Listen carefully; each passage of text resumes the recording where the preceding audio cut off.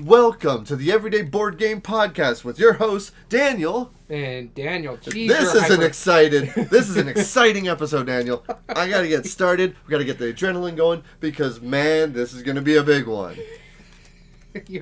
Last month was the big one. That was the Spiel. Yes. I'm more of a Kenner guy myself, but you're really excited. That's why I'm trying to get you excited about this, man. I mean, this is both of our wheelhouses. This is our top 8 debate for not only just the Spiel Des Jahres, the Kennerspiel, which is your jam. Oh, I love the Kenner. I actually own every single Kennerspiel except one.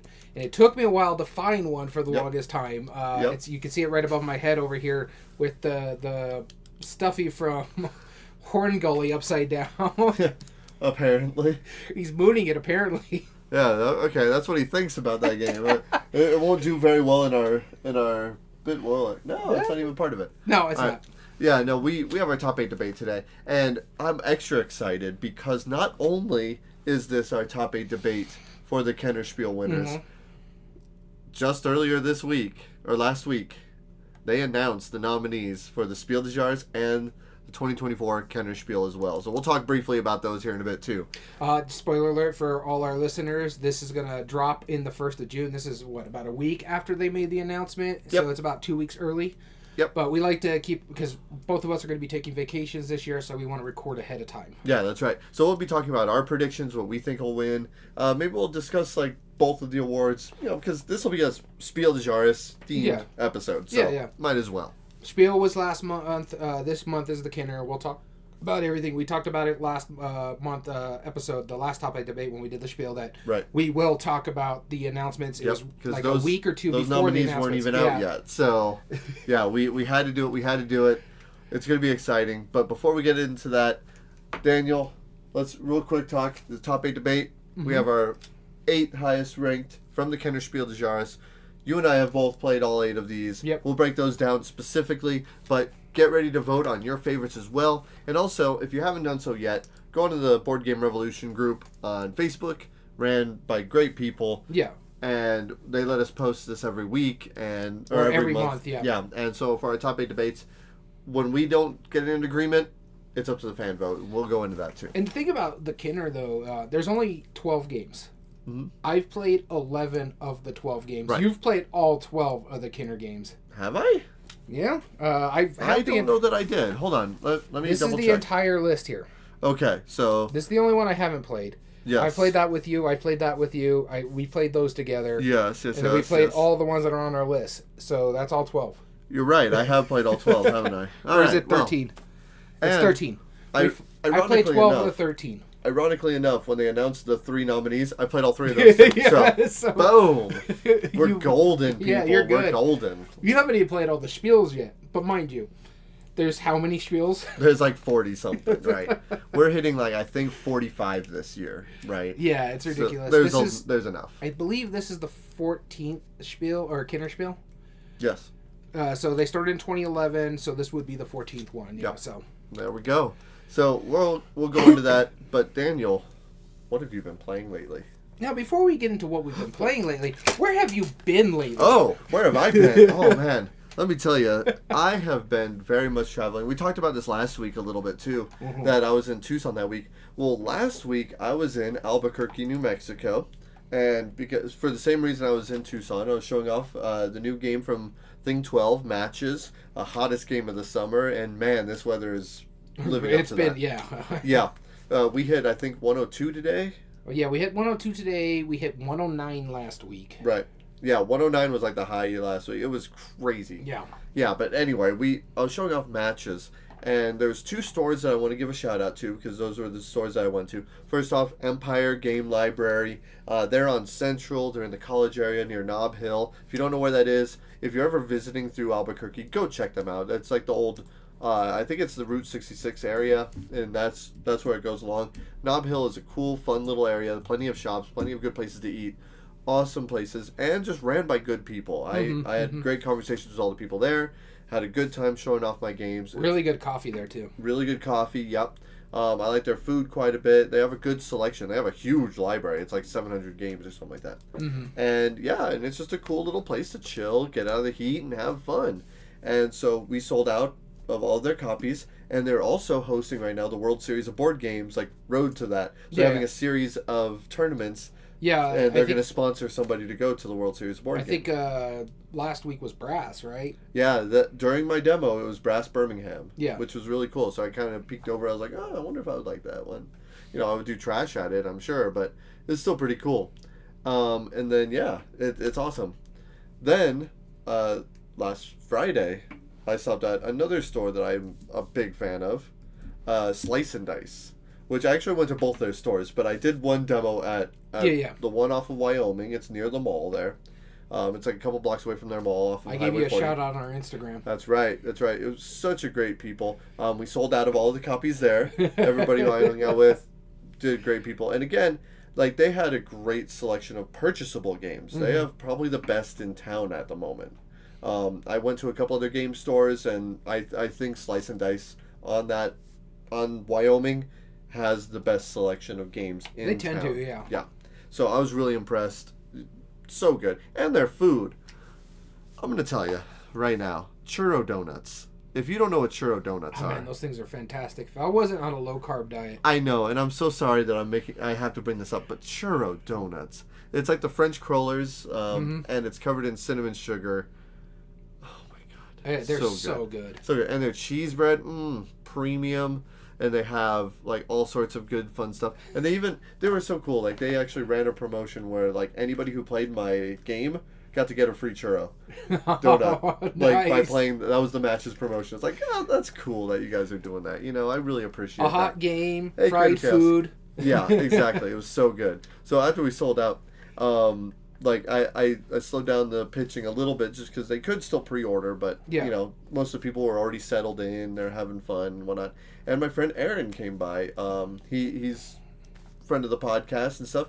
He came by. We're talking prototypes and stuff, and he got to see a couple of the ones I'm working on. And it's just good to see him again. You know, it was a really good time. Talked a little bit about the ideas that you and I have been having. We'll talk more details about that later. But yeah, you also got to hang out with the guys from. And yes, I got to hang out with some of my favorite just all-time people. Yep. Level 99 Games up in Albuquerque. First off, Level 99 Games. Ithri's in the chat. He's part of them. You guys rock. I love you guys. I really do. And they were so kind to play one of my prototypes. And they don't play Euros, right? That's not their style. Like, they've published a couple Euros technically. Yeah. But their style is Ameritrash and all of the best Sure, ones. they don't play Euros, or maybe it's just your games. Yeah. Well, no, but see, this is why I love it. Like, they were willing to play my games and give me feedback and do whether I sell the game to them or somebody else or whatever, they're trying to lift everybody up. Oh yeah, right? No, they're fantastic and about that. And they do that. Like I'm glad that they're being as successful as they are. And they showed me a couple of projects in the works that I'm not at liberty to bring up during the podcast. I'm a little jelly. But I will say, though, right now, one thing I would like you to do is go find them on social media, follow all their stuff, check out all the announcements that they've been making. There is a game that they're going to be doing something for soon called Spooktacular. They've already announced that you'll get the emails and stuff like that. Go check that out. It just looks really cool. And with that being said, I believe it's going to Kickstarter. I don't know. I thought they mentioned something that it was going to be crowdsourced. So. Sure. In the email, I have my personal email. If they said it in the email, then cool. I haven't read the emails. Yeah. I hung out with the guys directly. So, but yeah, good people. And I got to meet another member of their team who's from the Philippines, Marco. I'm going to give you a shout out, Marco. You're nice. You're super cool. You got to have dinner with him too. And we got to have dinner with him. One of the most expensive meals. And my wife actually joined. Nice. And so she gets it now. She's never done a Brazilian. She'd never done a Brazilian steakhouse, right? So she was like, I don't get how this is going to cost $60 a person. Then when we left, she was like, wow, that was something, wasn't it? I'm like, I know. It was so good. Yeah. Like, I even tried the caramelized bananas this time. I'm like, I was hesitant before, but I tried it this time. No, I like those. They're okay. Yeah, they're fine. But yeah. Yeah, it's fantastic. Days, yeah, the first I introduced him, or me, damn it, Nom, in Level 99's Brad. Had it in Louisville when we were over there for the Gamma Expo. Louisville, yep. Yeah, the first time you ever had it, and you were like, Okay, I get it now. You were a little hesitant about it too. Well, because I'm a super picky eater, yeah. right? You know, and I'm like, yeah, they're gonna bring me cuts of meat, but like I don't care that much. And the last thing I would want to do is spend $60 for a meal and then go away like, I'm just gonna eat like croutons or something. No, like, you know, like it could be worse. But that's actually where they ate in. Yeah, Fogo de Chao or I know I'm saying that wrong. By the way, I don't mean to offend anybody. I call it Fogo de Chao. I know it's not what it says. Like the waiter says, it was like Fogo de Chi, and I was like, bless you. You know, because I didn't recognize what he said at first. Deshaun. Okay, yeah, yeah. So it was fun time. Yeah, great time in Albuquerque. I love Brazilian steakhouses. I'll go to them willingly, no matter what. But yeah, no, I'm jealous that you went there. You got to hang out with Level 99. Yeah. So I would, if your wife hadn't gone, I probably would have gone with you to Albuquerque. But it kind of worked out. My wife was off last week. She was working from home. That's a win-win. So we got to hang out last week. So there was that. Yeah, that's even more important.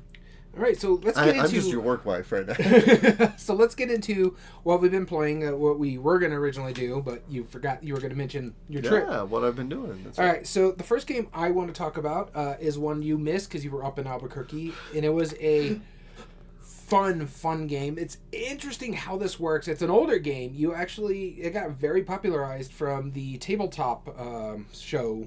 Okay. Will Wheaton's Tabletop back in the day. And this was Fortune and Glory, the cliffhanger game. Oh, okay. We played this one last week on Wednesday, and it's a fun game. I'm okay. I missed this one. No, yeah. Like I don't think it would be my style. I don't think it would be your style either, because it's a lot of dice checking and dice chucking, and you're trying to be like, okay, I got to do this, and I got this. And it's a longer game. It took most of the game. Now, we only played 2 games last week, and that tells you how bit of an extension of it is. But it was really fun. I like the shenanigans. I love the story aspect. If you failed a check while you're trying to, push your luck on certain things, because you're trying to get 15, I think it's fortune, or is it glory? I think glory is the money, fortune is the victory points. Yeah. You need to get 15 victory points and get back to your home location and turn in those victory points for you to win. And so you're doing it by going onto these expeditions and pushing your luck and trying to meet so many checks. So some of them will be like, you only have to beat it twice. Other ones you have to beat it 4 times or 5 times and that sort of thing. So, and you're rolling dice. And every time you pull a card, you pull it from the bottom of the deck. This way you don't see the bad stuff that happens. And if you pass the check, you keep moving on. But some of them, you only need to do 1 check on that card, or you have to do like 3 checks based on your stats. Okay. So you roll your dice. If you meet those successes, you're fine. And then you can stop where you're at and then wait onto your next turn to try to go through. So basically banking it. But if you ever fail the test, you flip it over into the cliffhanger mode. And that's what you have to do immediately at the start of your next turn when you go into the adventure phase. Gotcha. If you fail that, you lose all your progress and you have to go back to your home. You basically get knocked out. Gotcha. But no, it was fun. It has some ridiculous stories, but it is a good time. Our friend Dammit Dom and Gamehead Geek were going to town. They beat me. I mean, Gamehead Geek had like a special character where he needed to have 17 and get back to his home base, and Dammit Dom was like, I'm there, and Dammit Dom ended up winning just barely because Gamehead Geek got knocked out by a fight. So it was rough, but no, it's a fantastic game. It's fun. The components are okay. Flying Frogs minis are kind of, if you remember Last Night on Earth, the minis are kind of but it's not bad. It was a fun game. I enjoyed it, and that is Fortune and Glory, the cliffhanger game. Cool. The first game I wanted to talk about, when I talked about Tucson last week, I hung out with a buddy of mine, John from Legends of Tabletop podcast, so go check their stuff out if you like listening to D&D gameplay. Check his stuff out. He's a good guy. And we sat down at the Tucson Games and Gadgets at the Park Place Mall, and we played some games, and yeah, there was one game that we played. We actually played it twice. And I rarely do that, right? But he wanted to show me the differences on the board. And this is a Reiner Knizia game that's brand spanking new. and he had been playing for a little bit. Took me a bit to grog it, to understand it, but this is called Cascadero. Oh, that one, okay. Yeah, I played this. And I was just trying to remember which is the new one. There's Cascadero. There was also the one from Horrible Games, Sunshine Lane or something like that. Yep. Yeah, no, Cascadero, it's the one where it's, in a way, it's kind of like a weird successor to, like, Through the Desert, in a way. Like, you have a big open map, all the tiles are mostly set there, and you're trying to connect certain regions, but you're climbing up tracks, actually, while you're doing it. Yeah. So, when I put down some pieces, what's going to happen is I'm trying to connect multiple regions. So, let's say I put down a white space, I put one of my tokens next to a white space, then I put one in the next, and then space adjacent to it, which wouldn't connect anyway. But then a future turn, I connect to a blue space. Well, then I get a point for blue. Not white, because I started there. And if there's only a single piece there, then it just kind of ignores it. They're like, nah, we don't take you seriously. But now that I have a trade route, the second city now suddenly matters. Mm-hmm. And then if I connect that then to a different city, then I get a point for that city as well. Okay. But if you had previously connected to it, or in this case, if John connected to it, then anybody who's previously there, I can get a bonus point. So I move up the track 2 spaces and stuff like that. Okay. And there's a couple things that are specific about it. By connecting to different regions, you can get points and special abilities. And also hitting certain points on the tracks, you also get extra abilities, or like the first to meet certain milestones gets more points than everybody else. But you have to have the most points at the end of the game to win, but you also have to have filled up your color track. So okay. if I have the most points, but I'm not all the way up to the top of blue, I'm not winning. I'm done. Like, I just don't win. So it's whoever has the most points of the people who have completed. So, like, it's really easy to get points, but then at the same time, if you're neglecting your color, then... yeah, and there's a couple cool little nuances to it. And both front and back of the board plays a little bit differently. One has these special tokens that come out. One is just more streamlined for just the tracks. Overall, it's pretty cool. I don't think you would like it, to be honest. Like, it feels fair. Clever. It didn't look anything what I would want to... Right. Yeah. No, it feels clever, and I love going up tracks. That's one of my favorite things. And it was easy to grasp, but there was just something that... Like, I feel like Through the Desert did it as well, did, like, the same thing. But then at the same time, there's a few other Knizia games that I play that do similar ideas, and I feel like I would probably almost play those better or more. Yeah. But I certainly enjoyed my time. I would probably give it like a 6 or a 7. That's not too bad. Probably pretty solidly. Maybe with more plays, I would enjoy it more. But yeah, there was something that just didn't seem quite streamlined for me. Yeah, that one, I've looked at it. I'd rather do the roll and write that it's based off. And Embarcaro or something like that. Yeah. Just because it didn't look all that intriguing to me. And again, I am very hit or miss when it comes to Knizia. There's games... you either love or hate them. Yeah, exactly. Yeah. It's like, if it's a game I love it. If it's a game mind you, I did give Raw a better chance. I hate it at 2. Sure. Raw is a horrible game at 2. Yeah. It's fun when it's 4 players. Yeah. More going on. Shines. Yeah. It's fantastic, but like I like Blue Moon City. I really love Millefiori. That one is fantastic. Siege of Rundar. Siege of Rundar is really good. I can't stand Lost City. Siege of Rundar. Yeah, I know. I do have to pick one up. Yeah, it's so good. So good, people. All right, so the last game I'm going to talk about... Oh, we're only doing 2. We're only doing 2, yeah. Oh, well, that's fine. I'll take 2 of these off. You forget how we do things here. Yep. I'll bring them in next time. Because we have honorable mentions, remember? Yep, that's right. All right, so the last game I'm going to talk about is a game that I got a copy from Arcane Wonders at the Gamma Expo.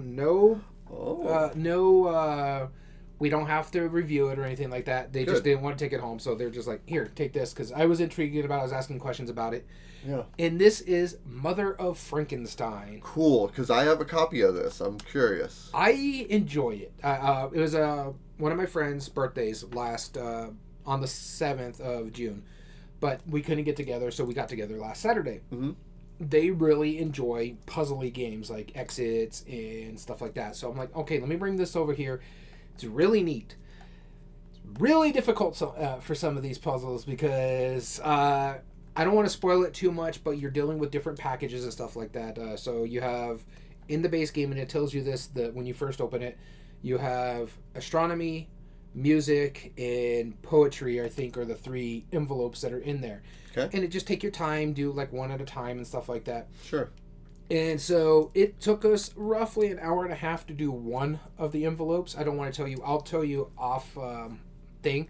Sure. But yeah, it was quite difficult at times because you're doing something and you're like, are we on the right track? We're not really sure. And then when it comes down to it, you have to check the answers actually inside the envelope. And so you just check it off of that. The thing, what I like about it is like, if this is too much, they have a QR code where you can go check and get hints and stuff like that, like most escape room type stuff. But they even tell you, just copy the answer in the thing if it becomes too difficult for you and move on, because we're trying to tell an overarching story for you to really enjoy yourself. I love the story so far. It's intriguing. Like, oh, this is good for us now, but it could be better for us later that we don't know, because stuff that you get out of one envelope could be used throughout the entire volume. And mind you, this is only volume 1. This is supposed to be a 3-volume set. Gotcha. And so, and they have like, I think it says like 6 to 10 hours just in one box. Wow. And then the next box is about 6 and 10 hours and stuff like that. And to tell an overarching story, I really, really enjoyed what it was doing. There was points where I felt like I was really stupid. And when we checked the answer, because we were like, okay, let's just move on. It tells us not to spend too much time here. And we've already been an hour and a half. So let's check what we came up with to what it has in the back and then just copy down what we need to have copied. We were on the right track the whole time. We were doing it exactly there. We missed a little bit here and there, but it's fine. Yeah. Able to get the things that we needed to get done. And yeah, it is nice little fun puzzles, really enjoyable read. A lot of interesting decision making. Not kind of puzzles you would expect. If you're thinking like an escape room in the box, this is a little bit different. In that aspect. So I was going to ask you: is it like actually an escape room, or is it a game, or is it neither? It's a game. It's a puzzle more so than it is like an escape room where you're trying to get out of something. You're just trying to put pieces together in a sense, trying to get the overarching story. This is explaining this part. This is going to explain this part. Now, we have to get into the other parts of this story to really see where Volume 1 is going. But our one play of it, it was really, really interesting. Cool. All right. Well, now I'm looking forward to playing it. All right. And then the last one that I'm going to talk about then, I got to play a game that I picked up just while I was at Slice and Dice. And this game, super interesting. It has fun little components. This is called Wandering Towers. Oh, and I've been looking into this one. Yeah. And we have some extra couple kids hanging out at our house this week, so I got them to play it, and because I knew it was a family weight game. Yeah. So the way it works is you start off with a certain number of meeples each, and you have a certain number of potions. And there's also towers that are laid out. There's one tower that's taller than the rest, and it's kind of like a little trash can. It's called the Raven's Keep, and that's where you're trying to get all your meeples into. If you get them in there, then you score. In order to win the game, you have to get all your meeples in there, and you have to get all of your potions filled. You have potion tokens. Again, a certain number depending on the number of players. Yeah. And so the way it works is really simple. You have 3 cards in your hand. You're going to play 2 of those cards, up to 2 of those cards. Each card either has a left side where it says move a tower this number of spaces, or a right side which says move a wizard this number of spaces. Okay. Or sometimes it'll have, instead of a number, a little cube which you roll the die and let fate decide. Sometimes you can re-roll it depending on what it says, but that might actually benefit you on how you do it. Okay. So wizards, only if you could see them, they can move and they go along empty spaces or the tops of the towers, and they just continue on accordingly. They move very simply. Okay. If they ever land in the Raven's Keep, that's fine. If you overshoot it though, they just overshoot. You don't put it in there. Okay. However, the towers, those are the weird ones. First off, if a tower moves, if it's just a single tower piece, you can move it as far as the card says. And if it happens to land on top of another tower, well, then they just stack. And then it works kind of like Camel Up, where if you move, you could choose any tower within a stack and move that, but everything on top of it goes with it. Okay. And now if you place a tower or multiple towers on top of a tower piece that has meeples on it, or you cover up meeples, that's how you fill a potion. So that's one of the potions that you get to do. And then on top of that, so there's some other weird little rules that make it kind of silly. When you finally put a wizard inside of the tower, it goes to the next visible shield, which sometimes those are on tower pieces. So you can't ever move the Raven's Keep by itself. Okay. But if it lands on a tower and you play a tower move card, you then get to move the Raven's Keep. And you can never put a tower on top of it, right? Yeah. That's always the top piece. So I think at the most we had, 7 pieces tall, and that was a pretty epic tower, honestly. And there's a memory element, because if you get your meeple covered up, you have to try and remember where it is. Guarantee you will forget. You will always forget. Everyone forgets. You're just not going to remember. There will be some point where you go, but, and then you just forget. Yeah. It resets, and you're like, now I'm just digging through tower pieces to try and find your meeple. And then there's another thing that's cool. Hold on. Let's not call them meatballs. We don't want to get sued. Oh, sure. Sorry. Wizards. There you go. But there's another thing that's kind of interesting about it, is that if you end up moving... I had a brain fart. Sorry. As you're trying to move them along, you also have the potions that you're filling up. Well, you can actually spend those potions to play a certain number of spells. And there's a whole slew that you can deal out, but we only played with one where you spend 1 potion to move a tower 2 spaces, or spend 2 potions to move a wizard 1 space. Okay. And those are optional in addition to up to the 2 cards that you can play on your turn. Okay. So really simple, moving around, absolute shenanigans, causing silliness, blocking other people. It was just good, wholesome, silly fun. It wasn't amazing. It wasn't the most strategic game, but it's a Kramer Kiesling game. Yeah, yeah. And you could tell, because they talk like about to have a Kramer fun. game here in a little bit. That's right. And this was fun. I can understand why it didn't get nominated for too many awards, but this was just a silly, good old fun game. Cool. Yeah. And before we get into our topic of the top 8 debate, we said we're going to talk about it, so let's get this real quick done. The Spiel Des Jahres was just announced, yes. The nominees, as well as the Kennerspiel Des Jahres, so yep. Take it away. All right. So there's 3 nominees that just got announced. The first one is Sky Team, which is the first one that you and I have both played. Yes.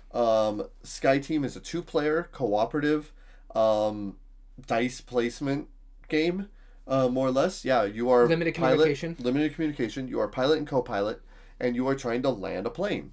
Very simple. Every turn, you're going to roll 4 dice behind your screen. You place them out 1 at a time, going back and forth. Mm-hmm. You must have 1 at least on the balance and 1 on the engine, so you can control how fast you're going, and you can control the degrees that you're flying. Then the other 2 dice you put just wherever, whether it's radio traffic control, clear out planes that are on the track, whether it's get a coffee break and get a coffee token, try and build up that, whether it's to lower the flaps or increase the brakes or lower the wheels, all that stuff, right? There's a bunch of different things you can do. There's also some reroll tokens that you might earn, but as you're approaching, you have up to a certain number of rounds. By the time that you get to the end of those rounds, as you've descended, you have to be at the airport. It has to be empty of all that. You have to be perfectly balanced and problem solved. Sounds easy, doesn't it? No. Actually, the base game isn't too bad. No, it's not that easy. It's not that easy. I'm not saying it's easy. I'm just saying it's not. Especially if you're playing a game with myself or Gamehead Geek, where we roll horribly. It's either got to be really high or really low, and there's no in between. So, if you need something to be equal to something, we're gonna go low. So, me and my son have been playing this a lot lately. We are now on, I think, scenario number 8. Okay. I want to say maybe 8 or 9. We've finally lost twice total, but we've won 8, the majority of the times, right? Yeah.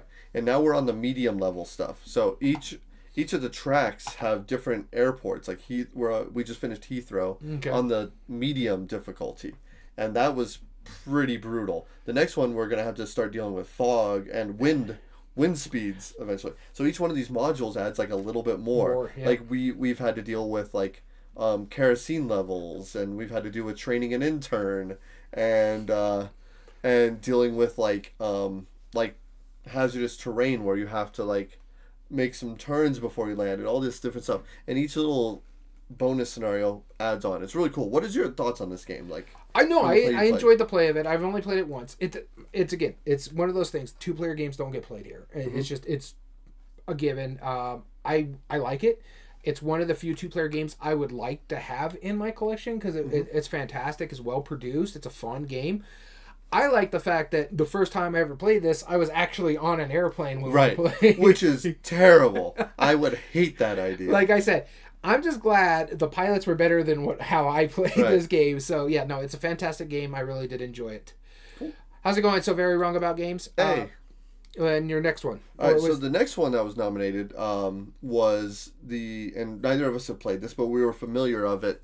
A little bit familiar with it. This is In the Footsteps of Darwin. Yes, you own it now. I own it now. I should be getting mine delivered here soon. Yeah, and so first off, I gotta say I've opened up the container, sorted out the pieces, watched how to play it.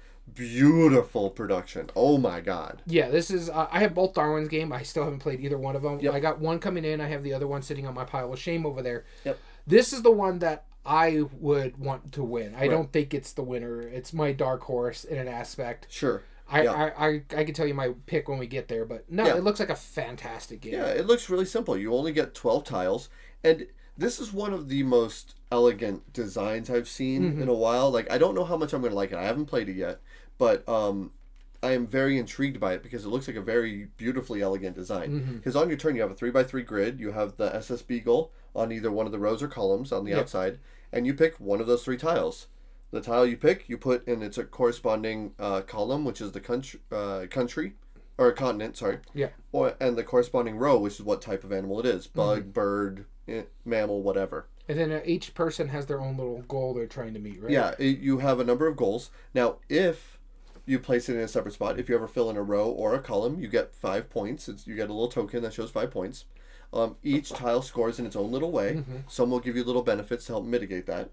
And if you cover up a previously placed tile, it doesn't count towards your bonuses, but then you get an end game goal. That because you start with 1, you can have up to 5, which is pretty wild too. Yeah. But again, you're only pulling 12 tiles, so there's a lot of cool things going on. Again, beautiful production. Oh, and my favorite part about it is if you take the first, second, or third tile, the number of spaces you went inward is how many spaces the SS Beagle moves for the next player. So if I take the third tile, it moves 1, 2, 3. I refill it with the top of stack of one of the tiles, and then game continues until everybody's played 12 tiles. That's it. I this is the one I'm really intrigued about. The other one I played, I like Sky Team, but I think In the Footsteps of Darwin's will get played a little bit more in the third game. Yeah. The third game is called Captain Flip. Now, this is by Paolo Mori, and there's another designer, forgive me, I don't remember the name, but I definitely recognize Paolo Mori. And this is the most purely simple press your luck game. I have played this. I did not hear about it until then, but it's on Board Game Arena. Me and a friend of mine, we played it in 10 minutes. Nice. It is incredibly simple. On your turn, you pull a tile out of a bag. There's 9 different characters. And on the front of that tile, you look only at the front. You look at what character it is, and you decide right then and there, are you going to keep it, and place it in one of your columns, place it at the bottom of the column, and then do whatever ability it has, or are you going to flip it? If you flip it, you have to stick with that side. There's no backflips, all right? You can't go back to that side. So the press your luck is, do I flip it or not, right? Yeah. So you pull the tile, you're like, okay, boom, flip it over, oh, okay, great. Or, oh no, because there's not really bad tiles, but they all work in different ways. Like one, if it's the topmost tile, like the lookout, you get points at the end of the game if it's the topmost. One will get you 1 point for every tile in its row. One will let you take another turn, like the parrot. The monkey will let you flip a tile. But my favorite, the gunner, when you place it down, you get 5 coins right off the bat, which is huge. It's a lot of points. But if you get 3 or more at the end of the game, you lose. You do not win. So that's it's nerve-wracking, right? Yeah. But if you set one down and you put a monkey right next to it, whoop, flips over. But then you get that ability too. It's so silly. Yeah. And it works really well. And then filling in certain columns will get you points, and it plays super fast. I was really impressed by it.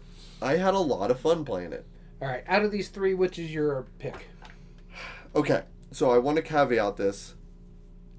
My favorite of the 3 so far, again, I haven't played In the Footsteps, but from what I've seen, I think my favorite of the 3 is easily Sky Team. I think Captain Flip would probably win. Yeah, everything I've read on these and looked into them, Sky Teams I enjoyed.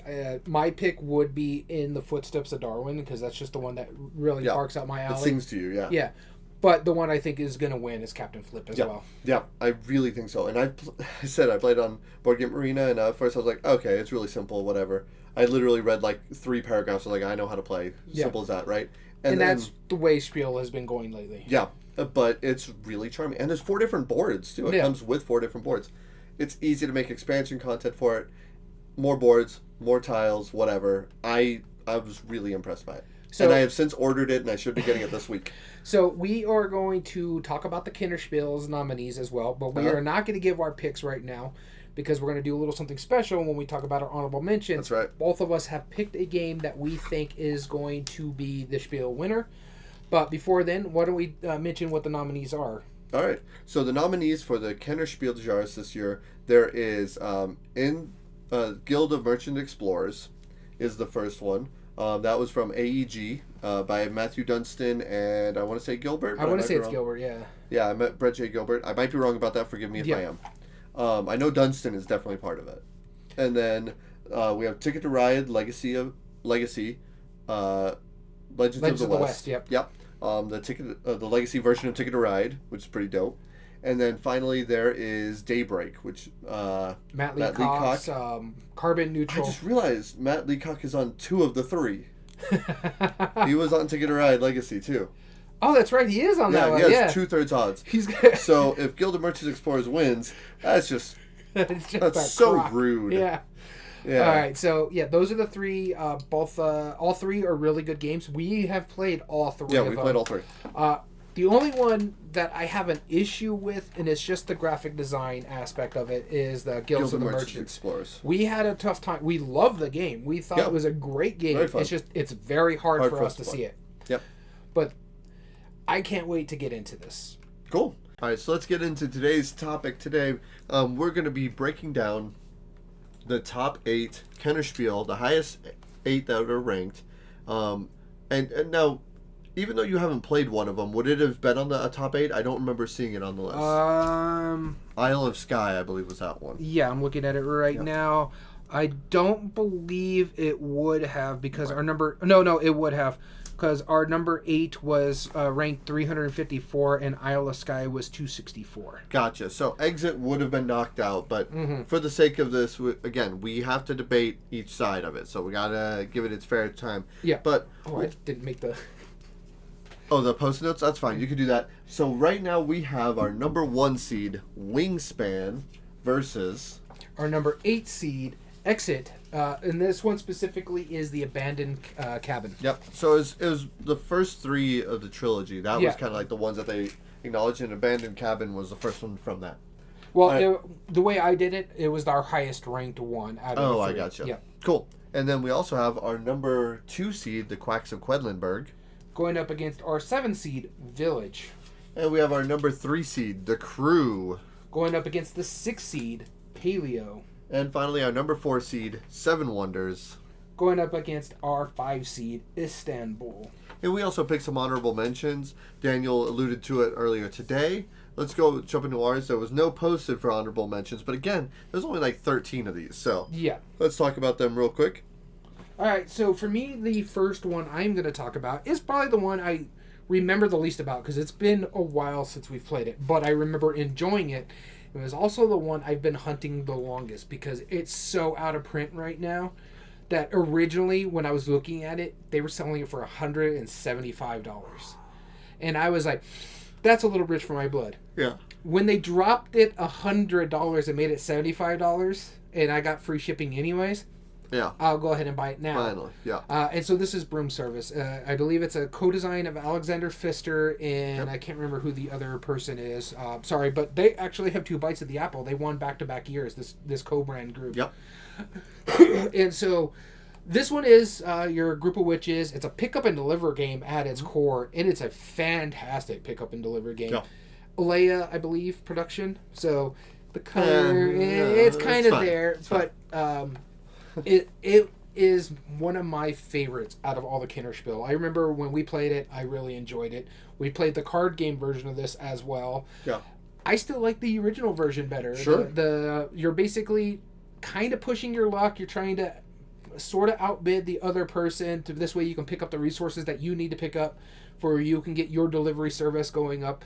I always compare this to a Studio Ghibli film, Kiki's Delivery Service. Your little witches delivering stuff for other people. It's a fantastic game. I really do enjoy this one. I need to get it to the table again because it's been that long. I think the last time we played this was maybe 2016. It was your copy of it. It was a 2-player game between you and me. I really do enjoy it. Yeah, it was a long time ago. I mean, this is one of those games where it's like, you know, what it does interesting, the action selection, that's the best part about it. Is that when I choose a card, I can choose it as either the simple version or the better version. Yeah. And only the last person to play the better version gets to take the better version of the action. That's the push your luck aspect I was talking about. Yeah.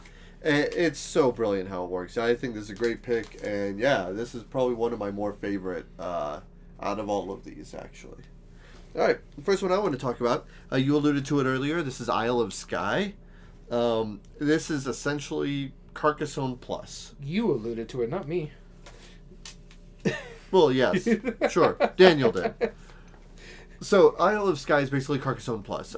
Even though I prefer Carcassonne, this one is an interesting take on it because it has roads, it has different landscapes. There's multiple different landscapes that you can combine together. But you're also trying to connect certain tiles together to score victory points. By being the one who completes certain fulfillments, you get points more than others.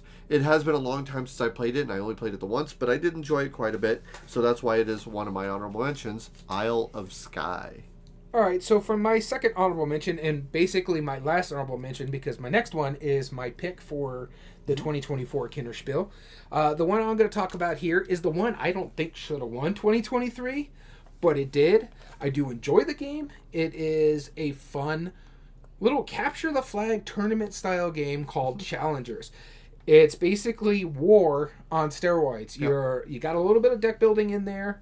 You're basically playing out things, cards out, basically trying to pull the flag to your side, but you only have so much space to fill out in your thing, and if you either don't capture the flag or you run out of space, you can end up losing the round. And so it's that little push and pull, and then you're like, okay, now I can go over here and try to add these cards. What's going to work best with my deck over here that will help me? Because you want kind of the same type of cards in your deck, because then you can just pile them up on each other when they're in the bench area. Yeah. And a lot of these cards have special powers that you can bring stuff off your bench and bring them back into your deck. And what I really like about Challengers is the variability about this one. Yes. You only play with a certain amount of decks, so there is still stuff that you're not going to see in this game that you could try in a later game. It also holds a big amount of people, too. I think it holds up to 6, I want to say. Like 8 or 9. Yeah, and if you get the expansions, I believe it's called Challengers 2, well, the pseudo-expansion. Yeah, Beach Cup. Yeah, it gives you a bigger group, too. So you can have massive tournaments of this in shops and stuff like that. Yeah. And so it's a really great game. I really did enjoy it. My pick last year was Planet Unknown. That was the one that sung to me, but I understand why this one. It just it feels weird to me that this could have won the Spiel des Jahres, not just the Kinderspiel. Right. So that's what was really intriguing to me, because, and we'll get into the actual definition of this, but Challengers, still fantastic game. I really enjoy it. Yeah, my second pick is Living Forest. Yeah, excuse me. This is, if you've ever played Mystic Vale, gets compared a lot. Mystic Forest is a non-card crafty version of it. It's not by the same designer. That's John DeClaire made the original one. I don't know the designer of this one, but Living Forest, it's a press your luck style game. You're sending out different cards. You're getting more cards that you can get. You have 3 different win capabilities, either by getting a certain number of tiles on your forest board, certain different numbers, having a certain number of points throughout the game, or by actually showing a certain number of symbols as well that are on the cards that don't really give you any benefit prior to that, but that's what they're for. Is that if you happen to pull up a round of that many cards that have the symbols on it, then you can win as well, which is super interesting. Honestly, like I love it when there's multiple paths to victory. I like a lot of the engine building that it's doing, because a lot of the symbols that you're pulling from the cards are going to be used to help you get other cards, kind of like a currency, but they also might make or break your combos that you're pulling as well. Like, you press your luck until the point where you can't go any farther, right? I really like that aspect of it. But then the resources will let you get forest tiles, which will also let you get other things like water, and there's like the fire. There's just so much cool things going on with it. I adore this game. I remember when we played it, I was like, this has no right being as fun as it is. Yeah. And as much as I liked Mystic Vale, this might have unseated it for me. Yeah, and so this is a fantastic game. In fact, I was looking at the 5 games that were in our honorable mentions pool. Yep. This is probably my favorite out of those 5s. I'm going to go ahead and mention the one that we didn't pick out of it, just to give it a little love. Legends of Andor. It's a fun game. It's really interesting. I do have it over here. It's the one I least remember because it's been so long since we played it. I think the one thing I remember what I thought was really cool is the way when the monsters move, they have to go into the pattern. So 56 drops to 54 or 55, 54, and they have to follow their trail to get where they need to go. And I like that aspect of it. Sure. But yeah, so just a little love to Legends of Andor. But yeah, Living Force is fantastic. It is. It really is. I'm sad that this wasn't ranked high enough because I wanted to put this one on we the would top. have argued this quite a bit. Yeah. Because that would have been a really good sale for us. Also, I want to make mention of the fact that when I talked about Broom Service and you talked about Isle of Skye, those are the 2 Pfister back-to-back wins. Yes. Mm-hmm. All right, so for our final honorable mentions, this is our pick out of the 3 Kinderspiel nominees this time around. Again, just a reminder, Guilds of Merchants Explorers, Daybreak, and Ticket to Ride Legacy Legends of the West. All right, let's see. I'll be talking about my prediction first. So, one of the things that I thought about when I was looking over these is that a lot of these games, and a lot of the ones that we've already talked about for honorable mentions, they do something that's familiar, but they all add a clever little thing that it's like this is why I'm kind of okay with challengers winning. Yeah. Is because it took something that's very familiar, and it's like, how can we gamerify it in a way that's clever, right? I mean, like Wingspan, you're just getting birds, and like it could have been a set collection. It could have been like a gin rummy game, right? But no, they're like, we're gonna build engines into it, and there's multiple ways to build that engine. Super smart. Exit, escape room in a box, right? That's something that doesn't happen.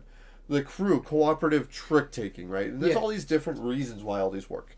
So and one of the things, the reason why I don't think it's gonna be Ticket to Ride Legacies of the West or Legends of the West. The reason I don't think that is because even though they took a game that is well regarded, Ticket to Ride, and added the legacy aspect on it, Pandemic Legacy Season 1 was a nomination years ago. And it didn't win. And that did the exact same thing that they've already passed on. So I don't think it's going to be that.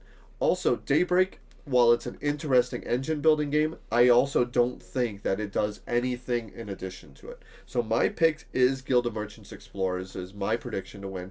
And the reason being is because... I knew this was going to be your pick. Yeah, the reason being is because it plays like the Spiel winner... the Donald X Vaccarino one. Kingdom Builder. Kingdom Builder, right? It plays like that, except once you have built your path, after each round, you get a buff, you get to build off of that, but then you restart. And so it's like, how do I solve this problem in a slightly newer, different way than I had before? And that, I feel, is the clever bump to it. It's a familiar mechanism. I feel like they give that nod to the clever bump. While I really don't like that it's not colorblind friendly, I appreciate it that that's what it does, and that's what it does differently. So that's my pick. All right, so my pick, along the same lines of what you were talking about when I was looking at the winners here, something that does something new but familiar in a sense.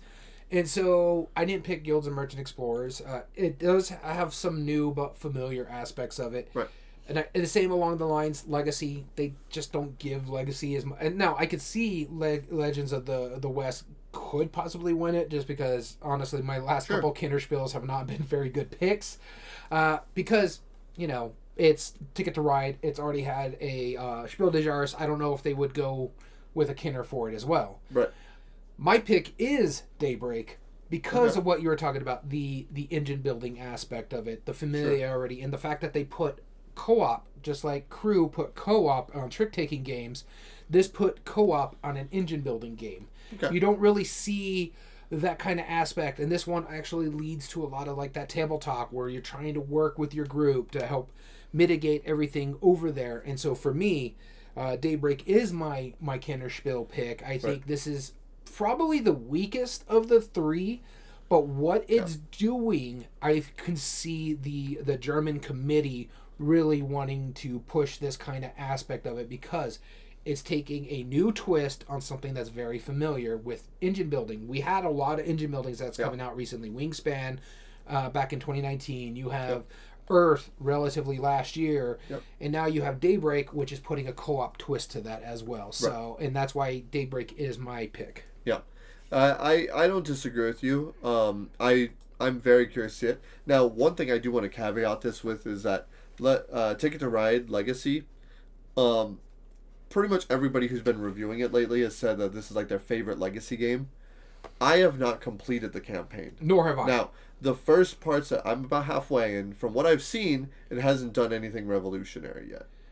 Now, it's done some really neat stuff. It's done some really neat stuff, but nothing where I'm like, man, like, why does everyone like it? Now, when I finish it, that might answer that question for me. I wonder if that's a caveat or something that they're going to consider. It only, like, is it going to be everyone who has to finish the campaign before they decide if that's the one they want to vote for? But yeah, it makes it interesting.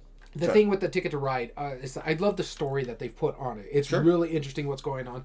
I love the interesting choices that you can do, because it's always moving, no matter what. No matter how far you're going, it's always moving and something like that. I like that aspect of it, so it's just keeping the story going.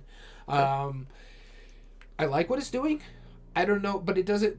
And the thing is like, okay, it's doing this from this Ticket to Ride, and it's doing this. So it's integrating stuff that's something we're already familiar with, but it's not innovating anything yet. But mind you, I've only played about 4 episodes or so, so I still got about 2/3 of the way to go.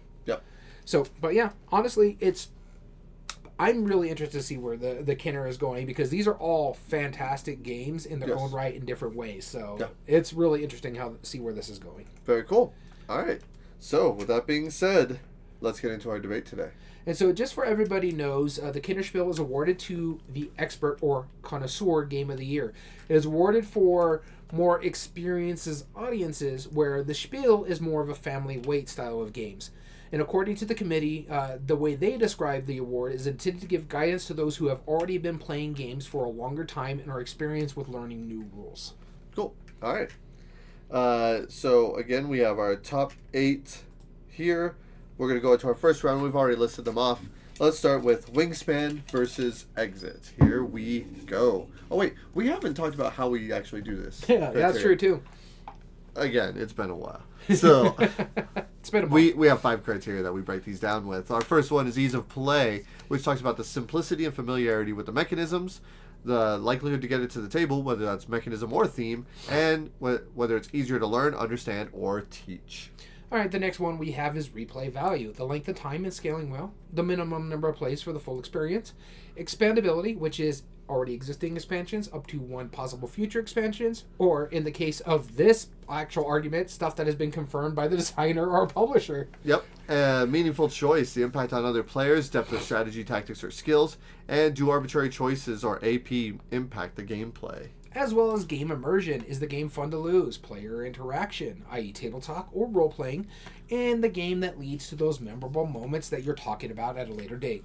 And finally, we have art and production. The art, I know it's subjective, but some of them do. We probably won't have too many bad ones in this one. The pieces and components, the quality of the game, of everything inside the box, and the box itself sometimes. And the graphic design. Is it easier for colorblind people to read? Easy for... does the iconography help the gameplay? Stuff like that. And finally... if we cannot come up to a consensus, this is why we put up the vote on the Board Game Revolution group on Facebook. You determine who moves on. Okay. All right, with that being said, let's go ahead and break it down. I already flipped. It is heads, so I'll be starting us off. You get Wingspan. So, Wingspan. Obviously, I do think that this is the one that needs to move on. I'm going to give it... We do take our bias out of this, but I do want to clarify this right now. I think Exit is more fun than Wingspan, hands down. Significantly so. I'm a huge escape room fan. And what this does... Yeah, but that's biased because you own your own escape room business. I do. And that, thus why I own a business, because I love it so much. But really, game immersion is the one that absolutely peaks on this. In the escape room thing, they add a great story into it. They always add really interesting themes. And they do so in such a cool way that it really brings out the immersiveness of it. With that being said, though, Wingspan, though, I mean, nothing in Wingspan I feel is immersive, per se. Like, I know the game is about bird watching. I don't feel that at all playing it. But, is it easy to play? To a degree. Mm-hmm. You always bring up the fact that you're a huge bird watcher. Like, you love the theme of it. Yeah. And I know one of the big appeals of this game is the fact that really nice welcoming theme. It's very calm. Like, who can be mad at that theme? Like, exactly. You can claim it's boring, but who can be mad at that theme? It's like, versus like, if it's like, oh, fantasy dungeon crawl. Yeah, people are not gonna some people just won't like that. Yeah. But it's like, oh, man, I hate bird watching. Like, maybe the conspiracy theorists who think that their birds don't exist. I'm not going to get that started, but that's probably the only one who could hate this theme. So, ease of play and getting to the table, that's pretty straightforward. It's not so much easy to learn, understand, or teach. There is a bit of a learning curve. And but that could be the same for Exit, depending on which ones you're getting. Sure. Because they do break it down for easy, medium, and hard. Right. But that's the difficulty of being able to solve the puzzles. The concept of solving a puzzle is a pretty true thing. Yeah. But again, like the simplicity and familiarity, ease of play might not go to Wingspan, but replay value. Huge expansions, plays a wide slew of people, and minimum number of plays is pretty great. Up to they're gonna have up to 7 expansions, 1 per continent, right? And meaningful choice. Well, there's 6 technically. There's a lot of meaningful choice in this because. And then honestly, as good as Exit, and I have to argue Exit, but I agree with everything you're saying. Yeah. When it comes to like the art and production, Exit does a phenomenal job. Yes. But you're going up against Stonemaier, which is basically the leader of. Yes. I would make an argument for Exit, which I'll help you out here in a bit, because as far as art and production goes. Oh, actually, they're a fan. But, I do think Wingspan needs to move on. All right, so ease of play, I agree with you on that one when it comes to Exit. Exit is, first off, the familiarity of the mechanism. It's an escape room. Yep. A lot of people have done that. And if you don't like escape rooms or so much of that either, some of them have puzzles in them that you could build puzzles. Mind you, we are doing Exit, the abandoned cabin, which is the first one I've ever been introduced to, too. It is a great experience. The likelihood to get to the table, pick your poison on that one, because there's different ones. There's a Lord of the Ring Exits that was really cool. Yep. Then you also Still have... need to play it. Easy to learn, understand, and teach. This one, hands down, is Exit. Now, when it comes to the replay value, Wingspan has 3 expansions, Europe, Oceania, and Asia. So 3 expansions right now. There's another additional 3 that are coming out. Plus, there also talks about just doing like little small expansions, maybe with extinct birds and stuff like that. Yep. So there's that as well. The minimum number of plays for the full experience. Even out of the base game, you're not going to see all the birds. And they all have their own little different powers. And then you add the expansions where you have like end of round powers, end of game powers, and just different abilities, how they work with each other. That's really neat. In fact, I just recently played Wingspan this past Saturday because it's one of my friend's favorite games, and she wanted to play it for her birthday, so I brought it over. Fantastic game. Length of time. Plays relatively well. Case in point, we also played Villainous. Wingspan was shorter than Villainous at 4 players. Yep. And so, lots of meaningful choice in Exit, but I agree with you. I think Wingspan does it. The art and production, through the roof in both these games. Yes. I like the art a little bit more in Wingspan, but again, I like what the artists do in that game too. Yes. Because they highlight the birds. Mm-hmm. And I also really like when it comes to like the graphic design, how they give you like a little note of the different birds. It's not really part of the game, but it gives you a little information, so it's making you learn while you're playing the game, which you love. I appreciate it. Yeah. Now, one thing to add on to your side of the argument, for art and production though, iconography and clarity is incredibly important for an escape room. Mm-hmm. Like, so for graphic design, I do think that part would be given to exit, just because that is so critical. Because if you don't have that on point, your game is failed. Now, the art and the piece of components, they purposefully made the pieces cheaper and less functional because they know it's disposable. Mm-hmm. It's a one-time use thing. Yeah, it's like, which is a good thing, because they're like, we know it's going to be a one-time use. We're not going to charge you like $50 for this. Yeah. We want it very easy price point. It's like $15 in the United States, right? And so they purposely made all of this component fit in a $15 box, which is a great level of entry. No, I don't disagree with you. I agree. Wingspan. But the pieces are better in Wingspan. Yes.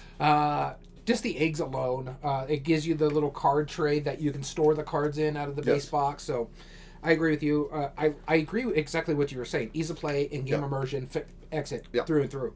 The other three are Wingspan. So Wingspan, I agree, moves on.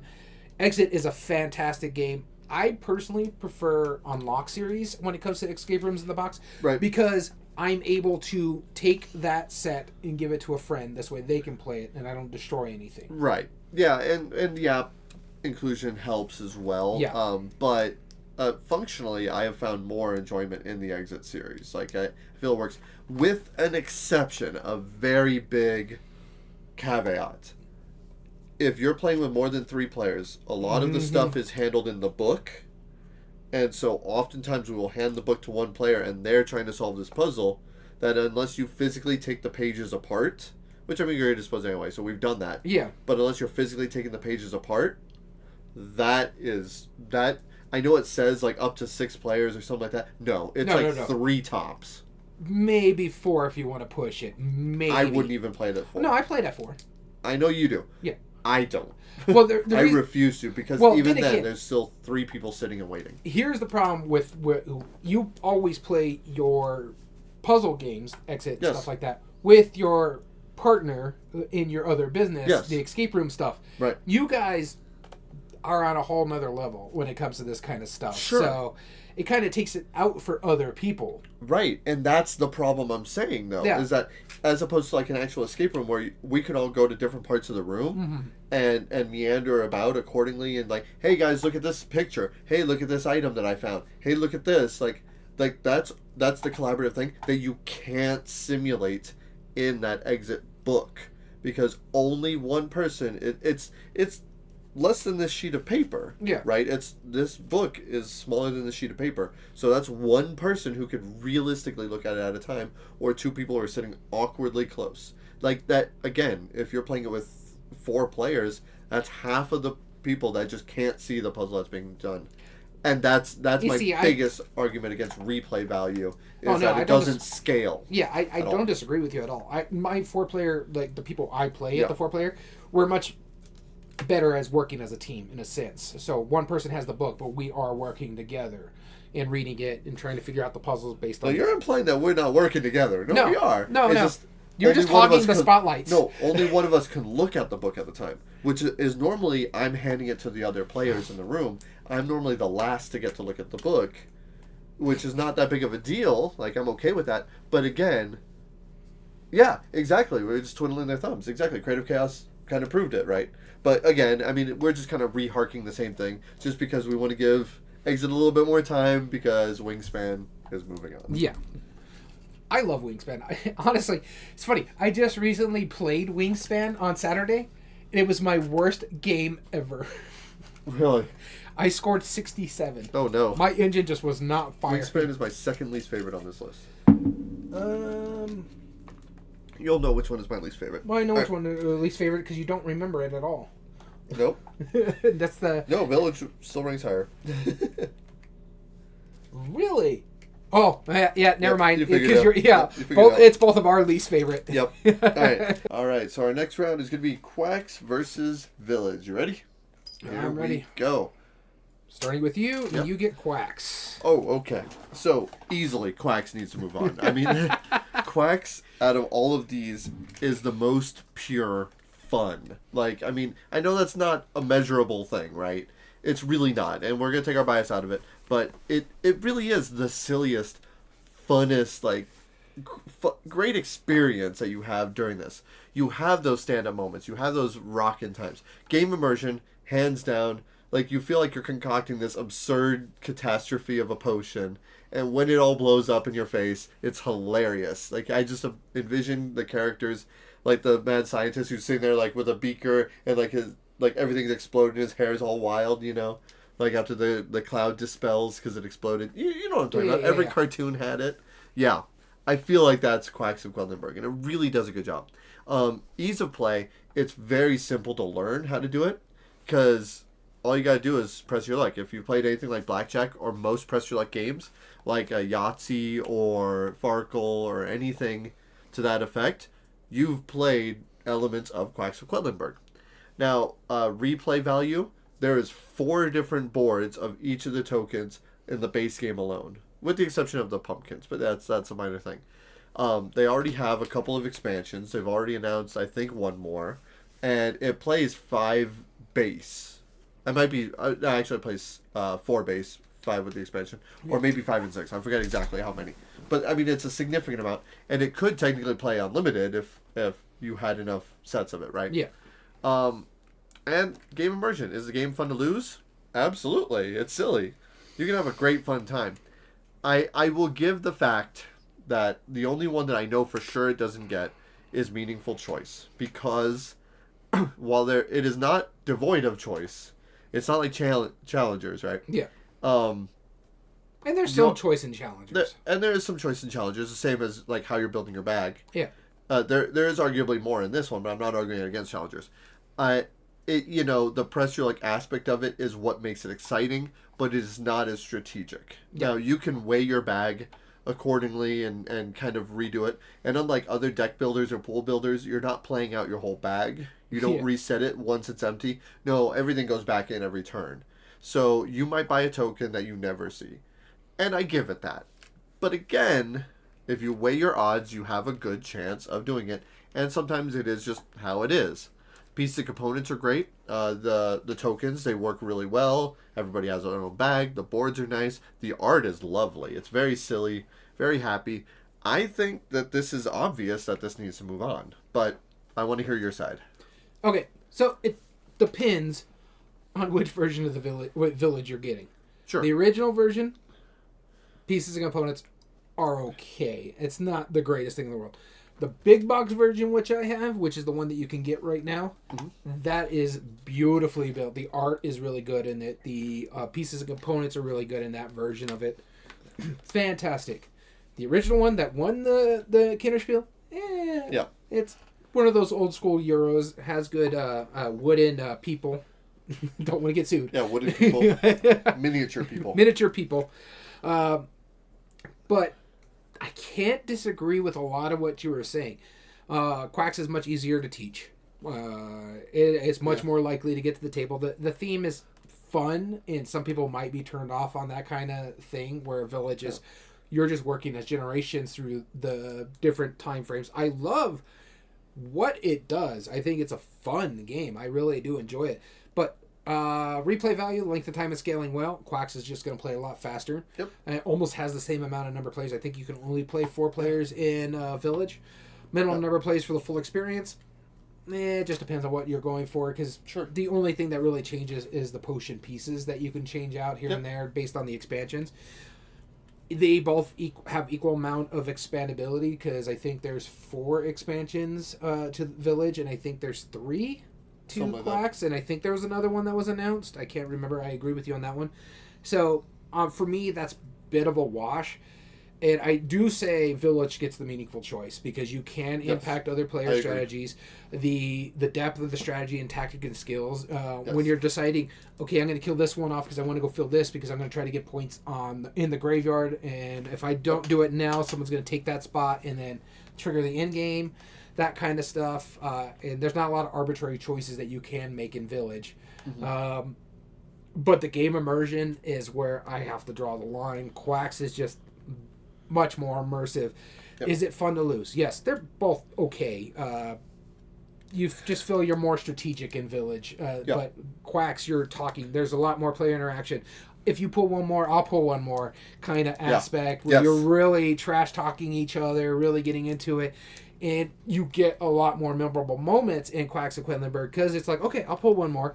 And you pull it, and then someone goes, and they got the third white one. But then you're like, yes! And you can move 3 more spots and make you the furthest along in your potion and stuff like that. And then people are trying to egg you on to pull more, and you're like, no, I'm going to stop here.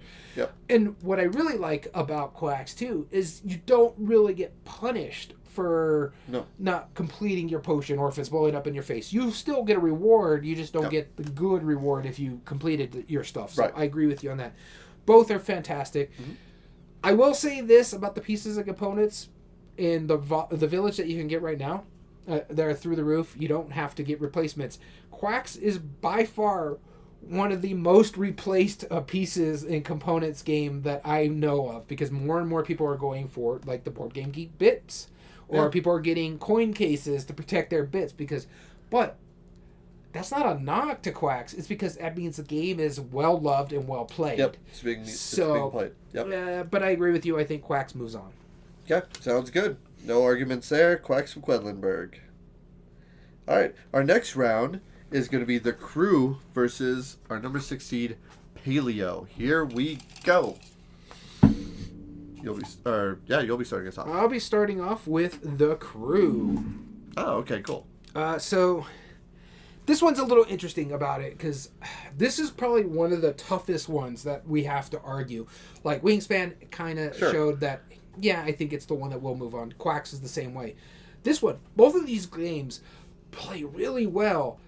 Both of them somewhat easy to play if you're familiar, and I think the Crew wins ease of play, but just slightly, because if you're familiar with trick-taking games, you're going to be familiar with the Crew, but not really, because unless you play a lot of team-based trick-taking games. Yeah. But this one is a group co-op where you're trying to feed tricks to people going through a scenario book. Right. And so the one we're talking about is the Quest for Planet 9, because that is the one that's highest rated. Yes. So the space one. Now, Mission Deep Sea has more... what's the word I'm looking for? Simplistic, or not simplistic, but streamlined rules. It's how they fixed what some of the issues were with Quest for Planet 9. Yeah. But it is a much easier game because it's just like, we're trying to get the first trick to this person. How do we get it? There's limited communication based on the thing. Fine. Easy to teach. Likelihood to get to the table. That's where I'm kind of hemming and hawing. Because Paleo, archaeology kind of old school. But I think ease of play goes to the Crew. Now, the replay value. Paleo does have one expansion, so it's already beaten the Crew there. The Crew has a standalone game, not really an expansion. You can't integrate the two. It's not something that you could realistically expand. Yeah.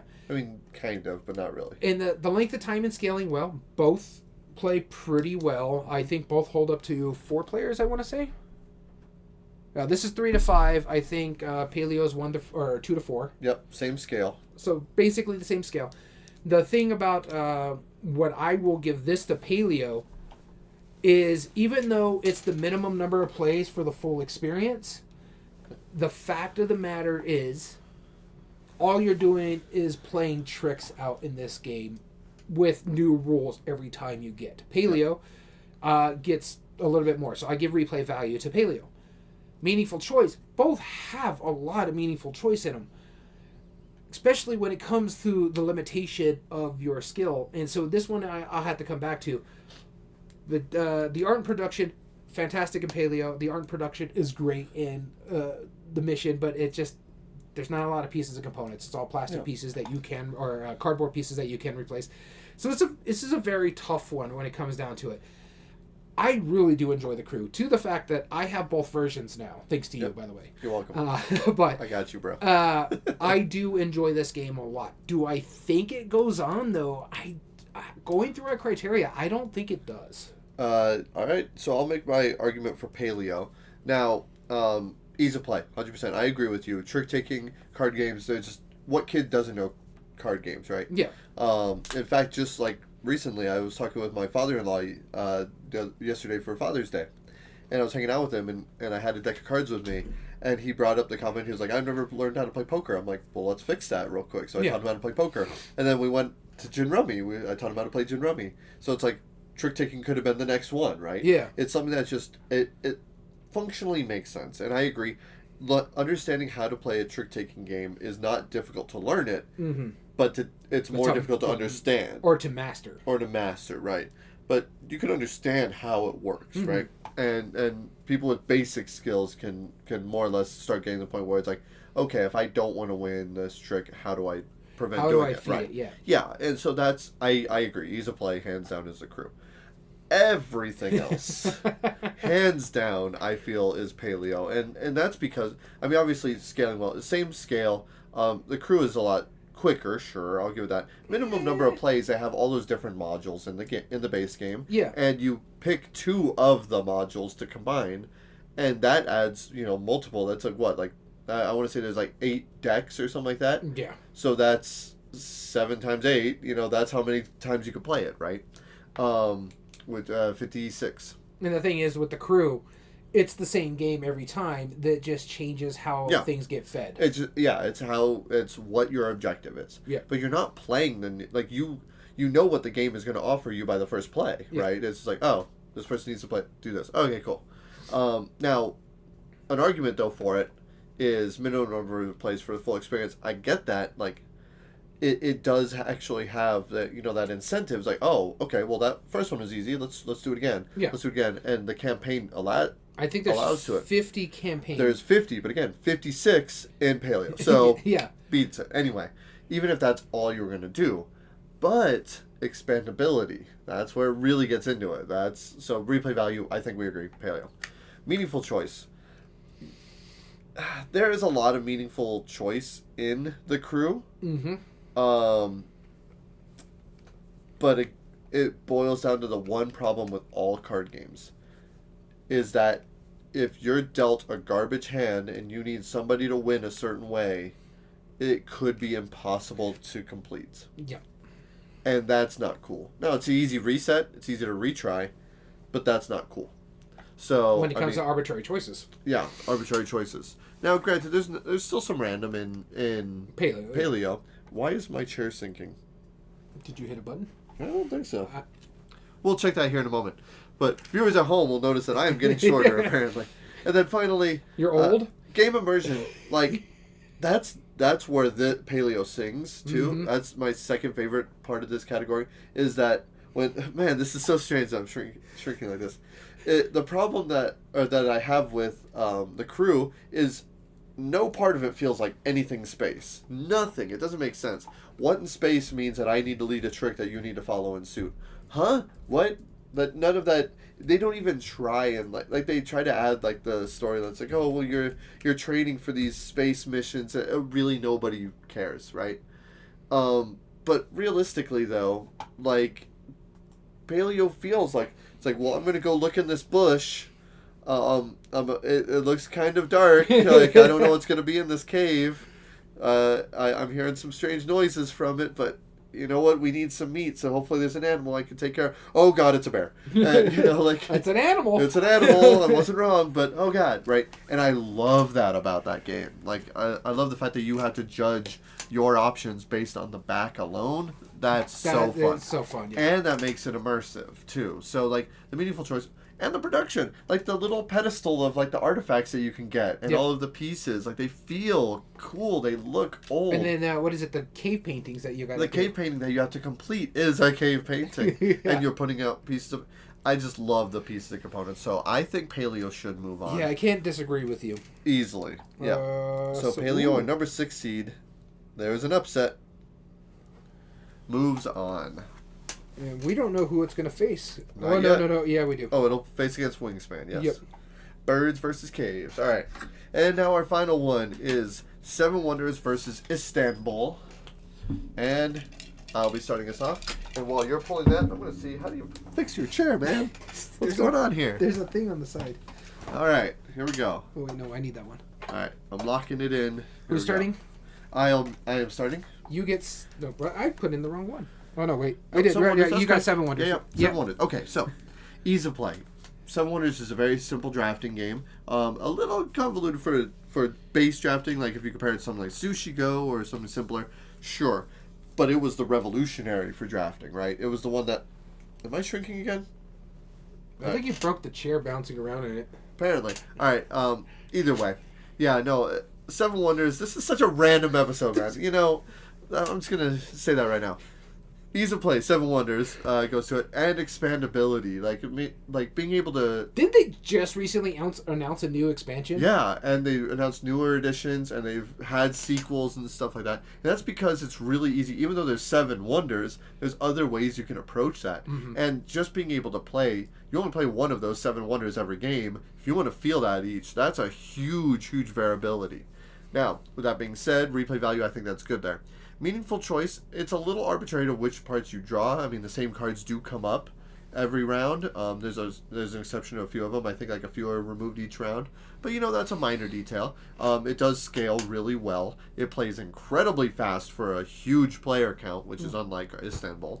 And arbitrary choices, they do somewhat impact just because of the fact that what you pick may or may not be, like, good for you, or they might be all good. And knowing that you pick one and you pass the rest, that levels it out and makes it a much more even playing field. But in a large player count, if you're playing with more people than the amount of cards in your hand, you're never going to see those cards ever again. Yeah. So it's less about hate drafting and more like, what options do I have, right? Game immersion. It doesn't feel the slightest bit immersive. You don't feel like you're building a Seven Wonder, but neither will Istanbul. So that's fine. And art and production, the art is just one of the most beautiful games. Like, I mean, that's true. Like, it's absolutely gorgeous, and especially the newer edition too that they came out with. The card stock is good quality. The wonders themselves are beautiful. The iconography is really clear. I do think, with that being said, I'd be surprised if it didn't go on, even though I prefer Istanbul to a game. Go for it. I agree with you. I prefer Istanbul over it. The simplicity and familiarity of the mechanism. It's kind of hard to put into play what Istanbul is. It's kind of a pick up and deliver game, but it isn't, because you're not picking up anything and delivering it. You're just moving your workers around the board, and as in a pick up and deliver aspect of stuff. And again, when we did the review in Istanbul, is it likelihood to get to the table based on the mechanism or theme? Honestly, I think I could get Seven Wonders played more than I could Istanbul, even though Istanbul is a fantastic game. Yeah. And is it easy to learn, understand, or teach? Seven Wonders, by far, is a much easier game to teach in this aspect of it. So, I give ease of play to Seven Wonders. Replay value, Istanbul has, 2 expansions? Seven Wonders 2. has 3 or 4. Something like that. It has a significant amount. They just announced a new one, Edifices. So, but I don't know if they're backwards capable, because the new stuff I don't think can play like Babel. Right. I know Leaders can move, and Edifice is the new thing that they have to it. So it's pick your poison in that aspect. Length of time and scaling. Well, Seven Wonders plays relatively quick for 7 players, which you could hold up to 7 players. My issue with Seven Wonders is that it's easily replaced with either, if you're playing the 2-player, you go to the duel. Yep. I prefer Architects over Seven Wonders. Agreed. Meaningful choice. Both are very strategic. You have to be really smart at what you're doing. You can impact other players in both games very well. So at that point, this to me is much of a wash when it comes to that meaningful choice, because there's depth of strategy when you're playing Istanbul, because you can capture other people's pawns and move them back to where they need to go. You got a little bit of gambling aspect into it, so it has those really cool stuff. There is really no arbitrary choices that you can make in Istanbul, because you can only go so far, and if you make a mistake, you kind of screw yourself. So you have to be smart in how you're moving your characters. And the other one is Seven Wonders. You have to be smart at what cards you're drafting, and they're working together. My one gripe for Seven Wonders is the borrowing from your neighbor aspect. I'm going to pay you to do this and stuff like that. It's just really sometimes hard to grok. But other than that, I just don't fight it. Istanbul, not as immersive as some other games. I just find it more immersive than Seven Wonders because several times I have played Seven Wonders, it is by far the quietest game I've ever played. I think we played a 3-player version of it one time with Gamehead Geek. Yep. We played it in relatively quick time. I think it was like 45 minutes. We didn't talk at all during the table, other than you hear, "I'll take that one," and you pass the card. Yep. I borrow this from you, and I do that. Okay, boom, boom, boom, there. Other than that, very quiet game. 45 minutes of not talking is kind of boring in gaming sometimes. So, is the game fun to lose? Seven Wonders has never given me that stand-up moment. Yeah, it never has.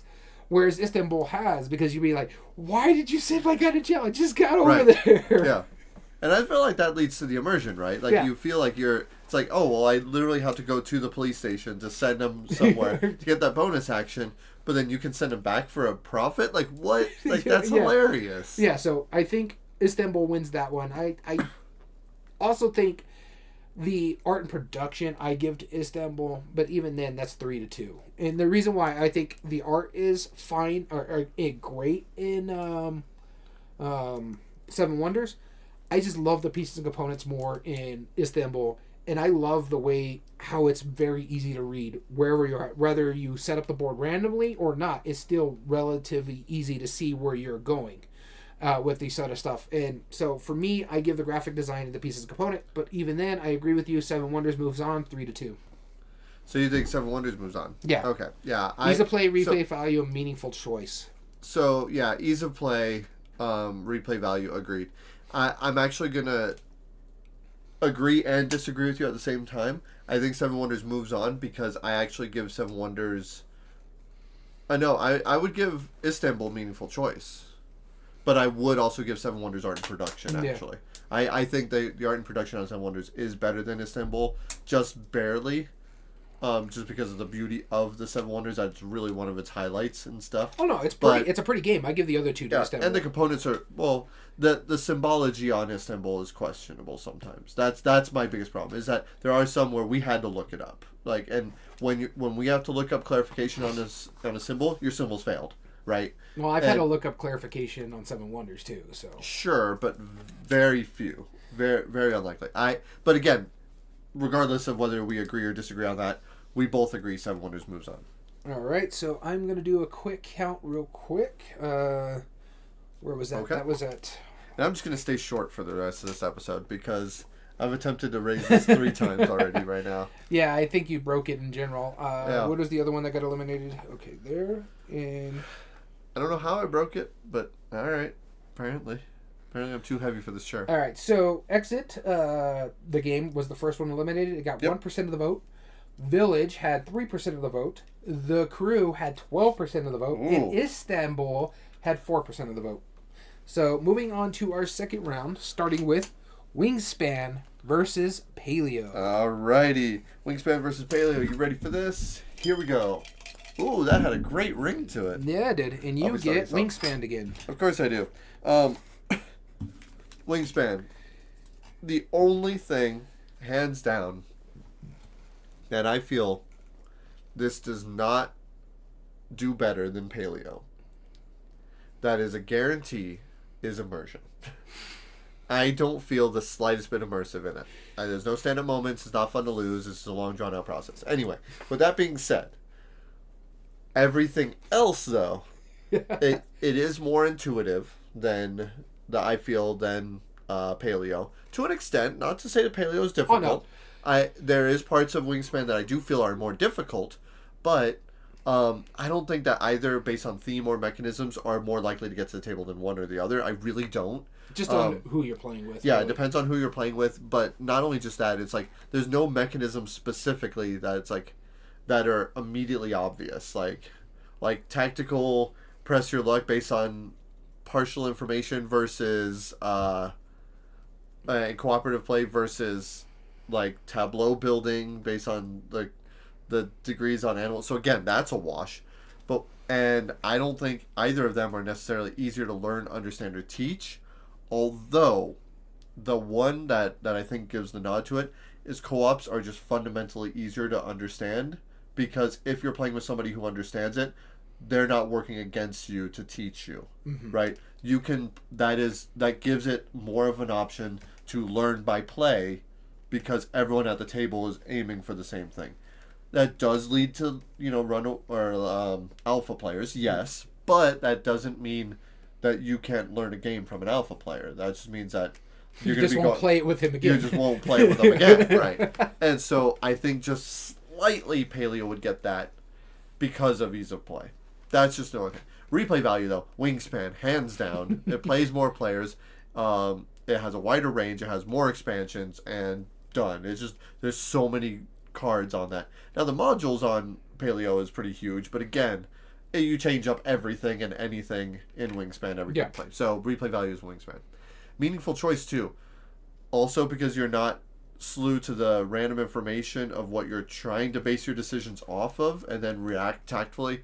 Wingspan, I think, if you get your engine building, you have a very strong, robust engine.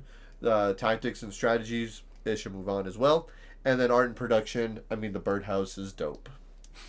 And that's just a birdhouse. We're not even talking about the dice. They both have really cool 3D components in it, right? And, I mean, there's custom dice on both games. There's beautiful cards on both games. There's cool scenarios. There's great overall components. But that has a game tray in it. And let me tell you why that matters. That's about it. Versus separating things by baggies and stuff in Paleo.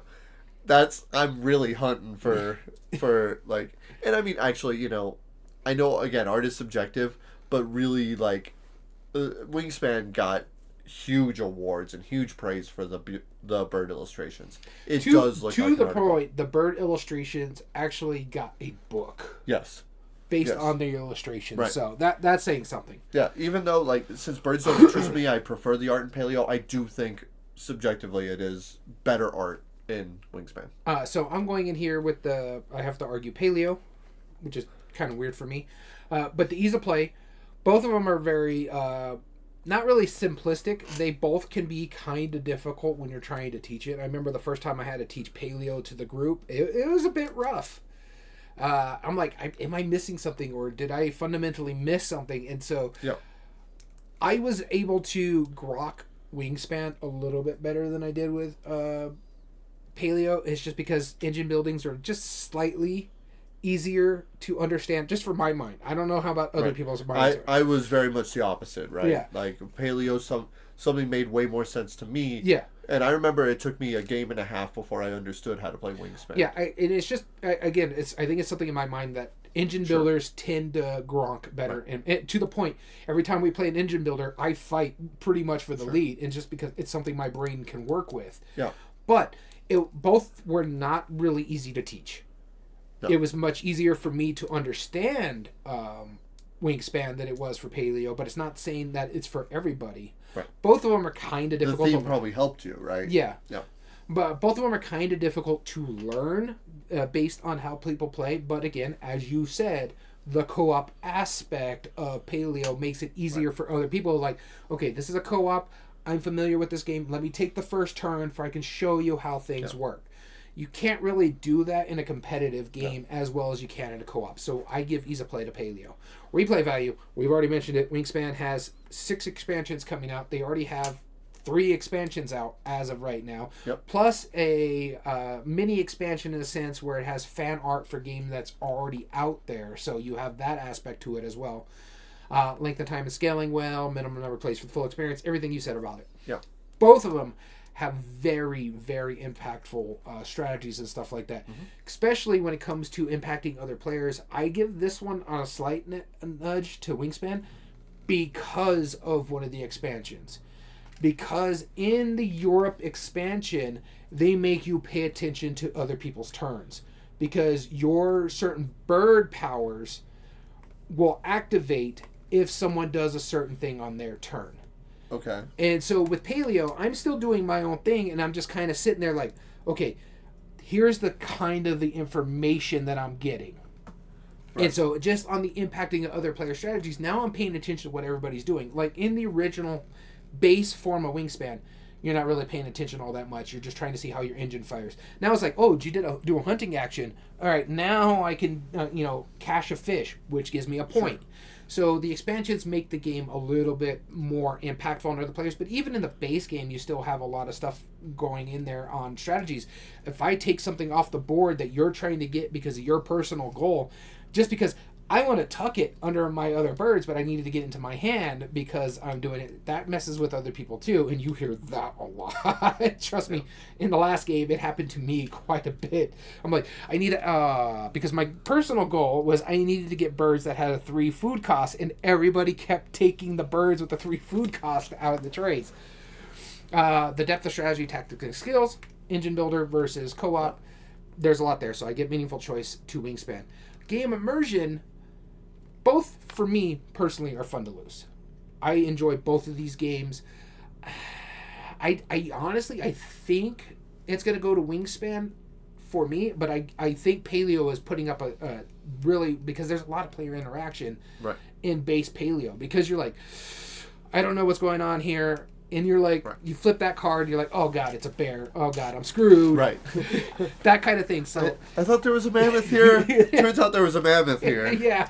Oh no. Oh, this is going to be hard to do. And then you're crafting weapons and stuff like that to help you. So it does feel a little bit more immersive in a sense, but as you said, the art production, the art is fantastic to the point where it created a book. The pieces and components are fantastic in Wingspan. The graphic design is really well done, easy to read, easy to do as you're going. Paleo, I remember a couple times I have to go back in and research the book. So I think Wingspan moves on, but Paleo put up a shot here. Yeah, I think it's really close too, but I agree. I think Wingspan should move on. The only other thing that I do want to hark back to real quick is that you brought up the expansion for Wingspan.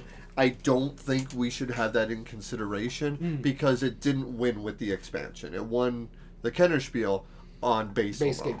Yeah, but like I said, but there's I don't disagree with that, but I don't think that should personally be a consideration. That's fine. I'm just saying the expansion gives it more, but there's a lot just in the base game too, where you're flipping something up and somebody wants that card, but you're like, no, I'm going to take it because I need to tuck these into the thing. Right. But you're probably when you're doing that, it's probably less about what other players want, more about what you need, right? Mm-hmm. I don't have, and you play Wingspan significantly more than I have. Is there? I mean, I know you guys are a lot nicer about hate drafting, but like there are some games that you need to do that, and you need to be cognizant of it. In base game, do you ever really you hate draft? Yeah. And that's a very viable, it's not just it's not a viable strategy, but it's a strategy that could help you too, because maybe that's a bird your opponent wants for one reason, because the multiple goal cards.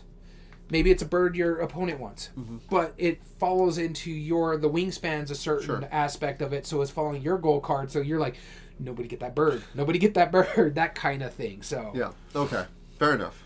I just don't feel like there's that much interaction in it from the experiences I've had, just because. Well, you hate the game to begin with, so. I don't hate it. I just really don't think that it deserves the praise it gets. That's all. And you're wrong on that. That's fine. I mean, I'm agreeing that it should move on. I think it's objectively slightly better than Paleo. But again, as we've proven before, I definitely prefer Paleo over this. But I think Wingspan does. But you always prefer co-ops over a lot of things. I do like co-ops a lot, but even then, it's just this was one of those games that, because of what people told me about it, it became a letdown because of what I thought it was going to be and what it became. I wasn't happy with it. And so it just didn't hit. No accounting for taste, but here we are. Okay. I agree. Paleo moves on. I am vetoing the anyway, let's move on to the next round. Wingspan moves on. Coax of Quedlinburg versus Seven Wonders. Here's our last of the... Why haven't I been updating the board? Because we've already had a weird I can't even reach this board anymore. Okay, so Wingspan moved on. It's now over here somewhere. Quacks of Quedlinburg. Yeah, Village is gone. Let's just get rid of it. It doesn't matter at this point. Crew moved on. Let's see here. Istanbul was eliminated. Alright. This is gone now too. That's now gone. Okay, cool. Exit's gone. Quacks of Quedlinburg versus Seven Wonders. Here we go, people. This is such a random episode. This episode's broken. I don't like this thing is falling. The editing over. I have to do. It's not. The editing. Like we just need to retire. Whose pick is this? It doesn't matter at this point. All right, Quacks Quellenberg versus Seven Wonders. You're starting. I start with Seven Wonders. Seven Wonders gets ease of play. Kind of. Quacks is very simplistic. That's the thing. It's a Manic Monday. Yes, it is. Okay, I will say this. Ease of play, this is kind of a wash for me. Both of them are very simplistic games of what you're doing. The replay value, though, in Seven Wonders alone, there's a lot going on in this game. It has... what is the new player count? It's like 3 to 7 now. It's not 2 anymore. 3 to 7. Yep. 3 to 7. Well, I'm just trying to remember what the new version is now. It's just... They took out the 2-player out of the base game. So it's 3 to 7. Minimum number of plays for the full experience. You've played one version of Quacks, you kind of know how it works because it's going to be the same game, depending on which potions you put in there. But if you're playing the basic game all the time, it's... Plus the expandability. There is a lot of expansions just from the original Seven Wonders, plus the new Seven Wonders that just got reprinted. So, meaningful choice. This is the one that's kind of tough for me when it comes down to it. Because... both impact other players' strategy because you can legitimately, if it's a chance for you to win, hate draft other players. I'm going to take this because I can make money off of it. I don't need this set of cards in here. I can do that. Yeah. And it's a viable option. It takes away something from you that could really benefit you, and I still get something out of it. Sure. And so there is that kind of thing when it comes to that meaningful choice. Whereas in Quacks, you're not really impacting other player strategy until you get into the game immersion part of things when you're you're trying to push people through. The depth of strategy, tactics, and skills, again, it's a drafting game. You have to be smart in your choices of the cards you're picking up in that time. Yep. And there can be arbitrary choices, but not really because it moves pretty quickly. Yep. Where it can become an issue is the AP. But it's not that much of an AP. Like I said, we played a 3-player game in 45 minutes, didn't talk to each other at all. Yeah. That's why I will not give Seven Wonders meaningful game immersion. No. I give Seven Wonders meaningful choice. But I the art is fine in this game. I just love everything else. The pieces and components in the graphic design, in Quacks and Quedlinburg. So for me, I think Quacks moves on. I just don't know what you're thinking. Okay, so game immersion is Quacks. Like we're not even we're not debating that. Okay, I do think art and production would be Seven Wonders. Though. Okay. I just think it's just better components. But here's the thing: replay value. You brought up you said it's like once you play one game of Quacks, you know what you're doing for this. Mm-hmm. That is exponentially true for Seven Wonders though, because the same level 1 and level 2, they're the same deck of cards. There is no variant on it. So you can at least change the tokens between gameplay and Quacks. Like there is significantly it has more expansion, so I got to give it expandability, sure. Now, and that's because we can't measure how much more content each expansion does. Honestly, both expansions for Quacks Quellenburg arguably have significantly more than all of the expansions of Seven Wonders combined. But that's not what we're doing quantity, right? Yeah. That would be some unmeasurable thing. However, here's the thing: they're both simultaneous play. They both scale well. I give minimum number of plays to Quacks, expandability to Seven Wonders, but because the base game Seven Wonders can play up to 7 players. That's a 5-player variant from 3 to 7 versus 2 to 4, which is only a 3-player. Even if it is the 5th player, which I don't think it is in the base, that's still only a 4-player range. Mm-hmm. So because it's slightly larger range, I think replay value has to go to Seven Wonders. If that's the only way we can measure it realistically. Yeah. All right, but anyway, ease of play though. I think that's Quacks. I really do. And that's because, yes, picking a card from your hand is arbitrary, and that's a simple thing to do. Any sports person understands what a draft is. Sure, I give it that. But at the same time... Well, I'm saying prior to board games, I didn't know what drafting was. Like, and that's true. Yeah. I didn't really know what that was. Like, sports fans, sure, they know you what drafted drafting plays. Magic the Gathering. I never played draft. Oh, no, I never played cube draft. I saw it, but I preferred construction. Okay. But again, like, everyone's played blackjack. Even kids in school play blackjack, right? Mm-hmm. Like, they're not into drafting stuff. So I do think that mechanism, whether you're pulling a token out and whether it's good or bad, is something that is fundamentally more understandable than pick a card, pass the hand. And so much to the point that the problem that I have with pick and pass is because if one person knows what they're doing and they're passing and they get ahead, that causes an instant wrench into the game when people are like, wait, hold on, how many cards are you supposed to have? What round are we on? And it's like, guys, don't pick up your hand until you passed it, until you picked your cards. Everyone reveals at the same time. Like, I've had that conversation with people, and something so that coins itself as so simple shouldn't do that. Like, it shouldn't have a thing that can, like, jam a spoke in the tires, right? You shouldn't have that option. And easy to understand, learn, or teach, like that. I think they're both simple to understand how to learn the functionality of it. But the problem with Seven Wonders is that knowing that some tiles lead to others, knowing that there's 7 different options of what they do. Like, if I pick a yellow card, that yellow card is going to get me gold, sure, but it's going to do it in like one of 6 different ways. If I pull a spider token, it works one way. So again, I think Ease of Play goes to Quacks. I agree with you. 7 Wonders. Wait, what? Because you messed up. Yeah. No, I think Ease of Play goes to Quacks. Okay. I think Replay Value goes to 7 Wonders. I think Meaningful Choice goes to 7 Wonders. I think Game Immersion is Quacks, and I think Art and Production, as much as it pains me to say it, is probably 7 Wonders. See, I disagree with you on everything there. So everything, every one of those. I think we're not everything, but I think we're kind of flip flopped on some things.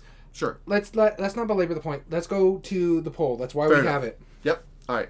So it is 50-50. Let's go either Quacks or 7 Wonders. Let's see what the audience voted for. Quacks is at 12%. 7 Wonders at 23%. Fair enough. 7 Wonders moves on. All right, and in this final, we're gonna talk about the numbers here in a minute. We just said Quacks Quedlinburg got 12%, and then the other one was Paleo, who was sitting at 1%. Yep. This final round, the finale. We do not flip this coin of doom. We break it down section by section. I think I already know where this is gonna go, but I'm curious to see what it is. We have again Ease of Play. We have Replay Value. Mm-hmm.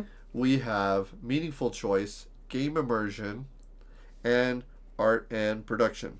Two pop out in my mind automatically. Between 7 Wonders and Wingspan. Yes. Art and Production, Wingspan. Let's come back to it. I'm not disagreeing. I hate Wingspan so much. No. I'm not disagreeing with you. I want to take the sum of its whole together. Because there's a lot of good iconography in 7 Wonders, and there's a lot of good components in that. Ease of Play is 7 Wonders. Yes, I agree with that. That was the first one that came out in my mind as well. Replay Value. That's Wingspan. Ooh, but 3 to 7, 2 to 6. Better. They're the same scale. Are they really? 3 to 7, 2 to 6. But scaling, though, length of time, the simultaneous play weighs for 7 Wonders. So, yeah, they're the same scale, but it's per player, a lot shorter for... Minimum replays for the full experience. That's why I say this is Wingspan. You want to get the scaling to there. Right. Minimum replays for the full experience. What starts differently in Wingspan other than objectives? Is there any actual change? Because, I mean, you have the 7 Wonders and 7 Wonders. There's a stack of objectives, so that changes, and you get 2 every time you play the game. You get to choose. Plus, you have birds that'll give you more objectives as you're playing the game, if you put them out there. Plus, the birds all have very different powers. Some kind of the same, some kind of not, but they do vary in powers. Gotcha. Okay. Plus the expansions alone. There is 6 coming out, plus a fan one, so that's a 7th one. Okay. Yep. You've won me. Yeah, that makes sense. No, I just had to... And now that I think about it, there's significantly more cards. And even though every card is more... They're kind of like variations on the same thing based on their category in 7 Wonders. every card is like legitimately different in Wingspan. You're correct. Yeah, that makes sense. Okay, so game immersion. For me, I'm not a fan of Seven Wonders. There's drafting games that do it a lot better. Planted does it better. What is the other one? It's a Wonderful World does the pick and pass a lot better. Blood Rage does it a lot better. But all of those are more fun to play and lose than, say, Seven Wonders. The only reason I think Seven Wonders is more fun to lose is because it's over quicker. Like, See, I don't mind longer games, and I am invested when I play something like Wingspan. So right. It's like, but if I feel like I'm going to lose, I'd rather it be over in 10 minutes versus an hour. Here's my thing with when it comes to is a game fun to lose, and we've talked about this all the time when it comes to stuff like Twilight Imperium. When you don't realize how long the game is, that's good on the game.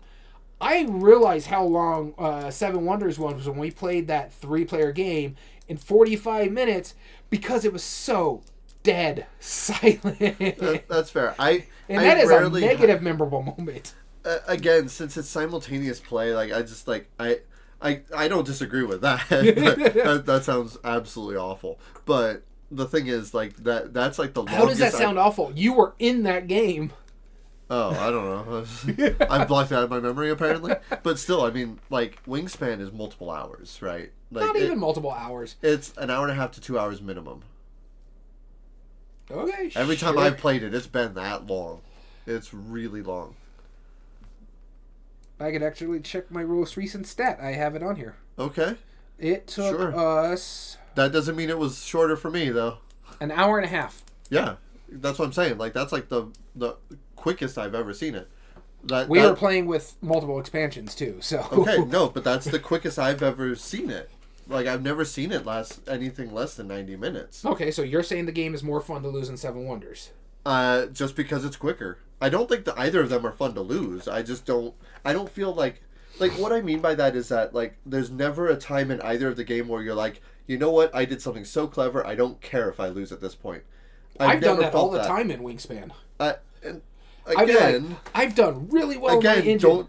You can't discredit my experiences, though. But I'm saying, like, I haven't seen that in either of them. Okay. I can't claim that either of them are fun to lose. I'm willing to call that a wash. How many times have you played Wingspan? Just honestly. Like 4 or 5 times. How many times have you played Seven Wonders? Probably 12 or so.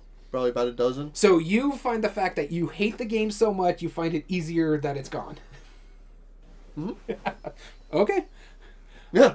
I mean, biases be strong in this episode. Yes. No, I'm just saying, like, I don't think game immersion. I'm saying I don't think either of them are more fun to lose. Is what I'm trying to say on that.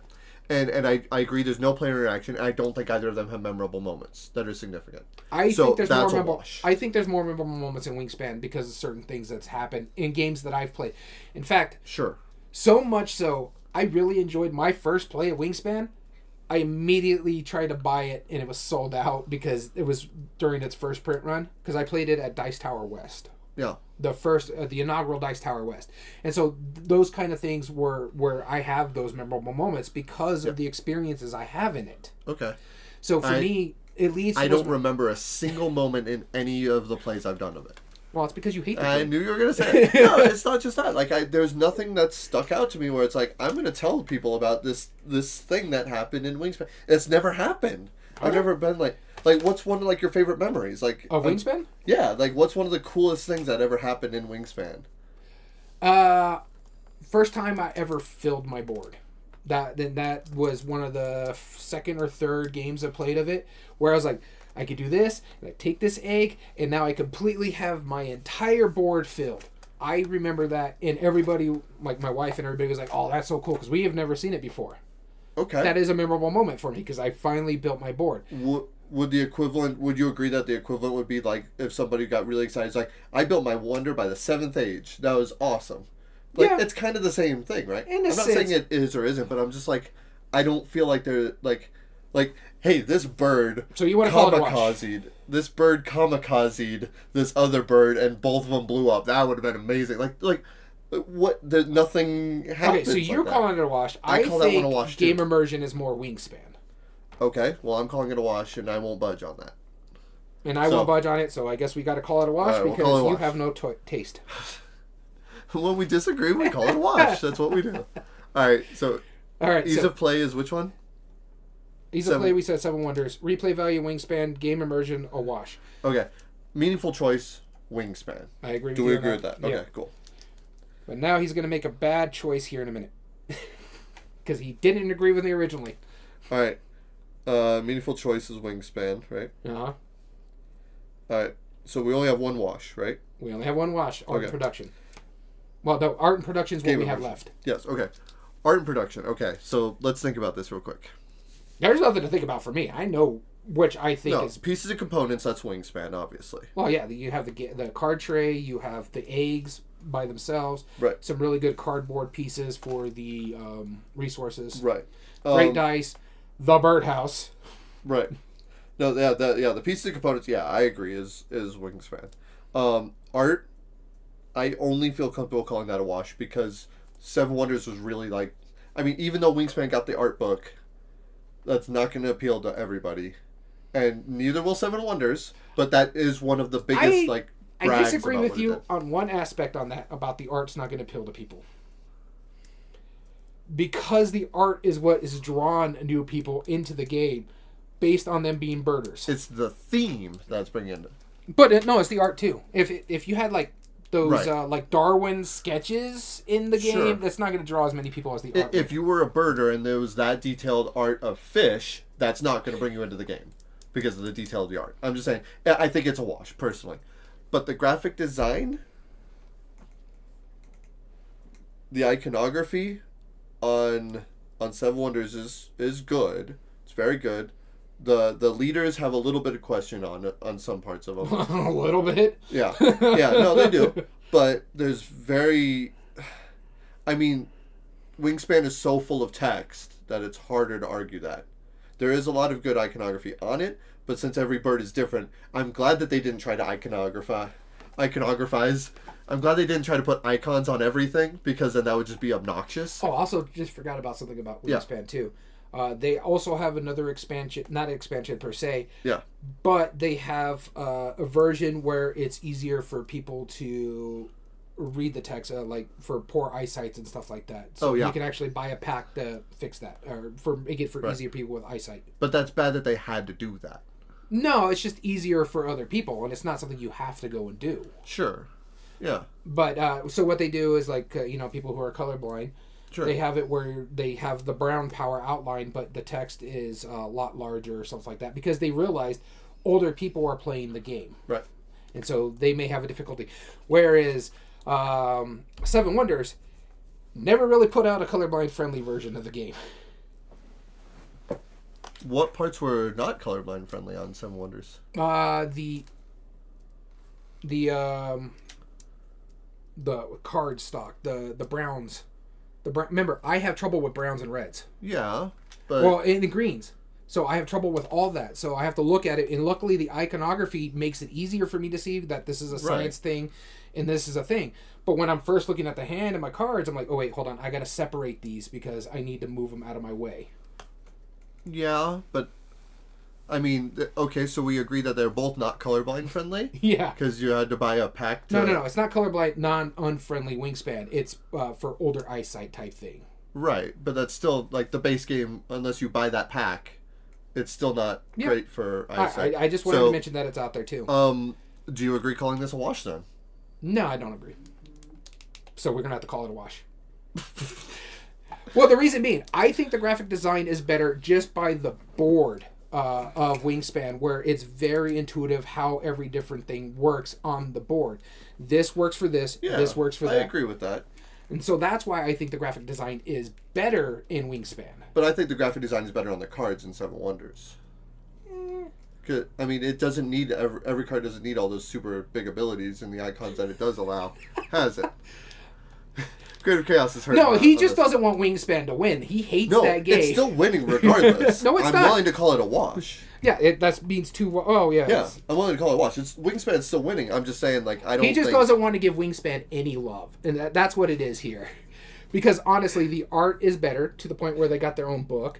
The graphic design is much easier to read because everything's intuitive. You just don't want to give Wingspan its love. Everyone else gives it enough love. Chill, calm your roll. All right, we get it. You're a Wingspan wing fan. I'm a Wingspan fan. But we're supposed to take our bias out of it. You're not taking your bias at all out of it. How am I not? The graphic design is better in Seven Wonders. It is not better in Seven Wonders. There is a reason why Seven Wonders is the only one that I don't own because I can't stand the graphic to the point they've replaced it with two different games. Own it. You don't own it because you hate the game, and I agree with you. That's the same reason I don't own it. I don't hate the game. It's my least favorite of the Kennerspiel winners. And I think other drafting games do what it does better. I agree. But we're saying the same things. I just that doesn't mean that Wingspan has better graphic design. That just because you think it's a better game doesn't mean it has better graphic design. It has. It doesn't. It really doesn't. The board is very intuitive. You even said it yourself. They had to buy a new pack of cards. Or you have to buy a new pack of cards just so you can see some of this stuff for older people who have vision problems. Yes, that I agree with. There's that issue, but it's not just that. That is one knock to it. I'm talking about the boards. You don't even talk about the boards at all. Oh yeah, the Seven Wonders boards are very clear on how they work. Yeah, there's just the symbols. What resources do you need? That's the icon of what they do. You have 3 ages. That's it. They're incredibly simple. I give you that. It's been a while since I looked at those boards, but I'll give you that. But I agree. I think Wingspan is a better game. We are saying the same thing in a different way.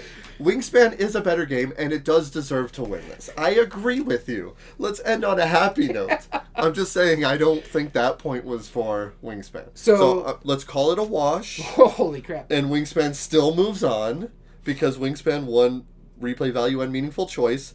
And Seven Wonders only won ease of play. The other two categories are a wash. I did not realize the vote. Holy crap. Oh, yeah. No, I'm sure of it. Yeah.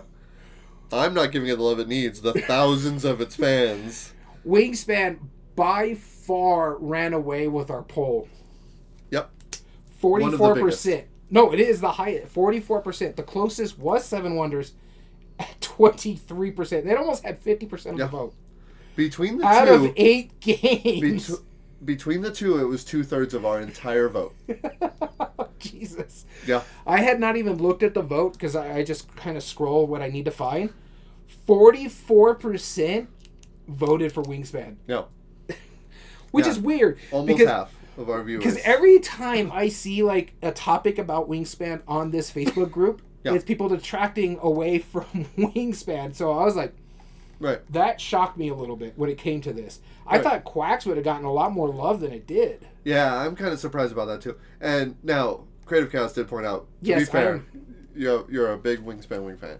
And I agree with you. I get why it won this debate. And it really did deserve to win. I 100% You just hate it so much you wanted to try to make it lose. No, I don't. No, see, and there's your bias, Joan. No, I'm trying to make a valid argument for both, and I really just, I truly don't think that graphic design, that icons, were so useful they put it in the other ones, right?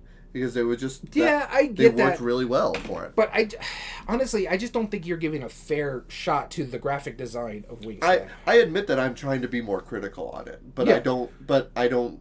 Because, and the thing is, we didn't even talk about it, and it's just those boards. It's very intuitive. So you have the food board, you have the egg board, and you have the card board, which gives you more cards. Cardboard. But what I like about it is how they work with each other too. If you want more food, you spend an egg. If you want more eggs, you spend a card. If you want more cards, you spend food. That's a cool thing about the mechanism. No, but it's very intuitive on that graphic design too. It's on that board. Yeah, it's very clear on it. Yes. Okay. With that being said, let's go ahead and take off these. This has been a weird freaking day. We hope you guys have enjoyed this episode today. I don't even know how long this episode's going to be because of the internet issues. Right. Congratulations to Stonemaier Games and Wingspan Elizabeth Hargrave for winning the Kennerspiel and our top 8 debate. This has been a fun episode. This has been a weird episode. You kept getting smaller. I kept shrinking. We're stressing out our audience apparently. Honestly, I needed a good argument because the stress the stream has been giving me today. I needed to get those jinkies out. So if you are stressed listening to this, tell us what you think.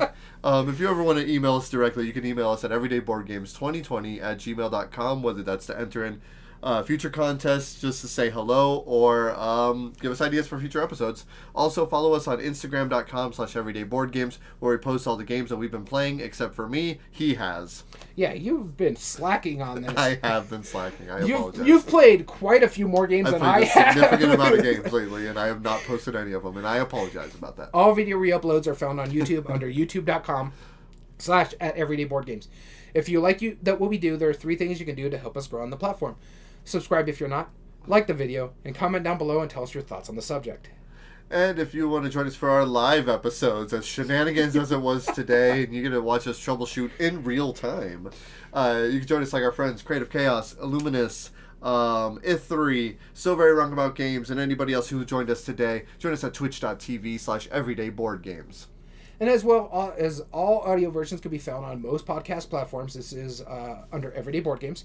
This includes Spotify, Amazon Music, Podbean, and Apple. So we want to thank you so much for tuning in. As always, I've been your host, Daniel. And I've been your host, Daniel. And we want to thank you for listening to Everyday Board Games. And remember, every day is a good day for board gaming.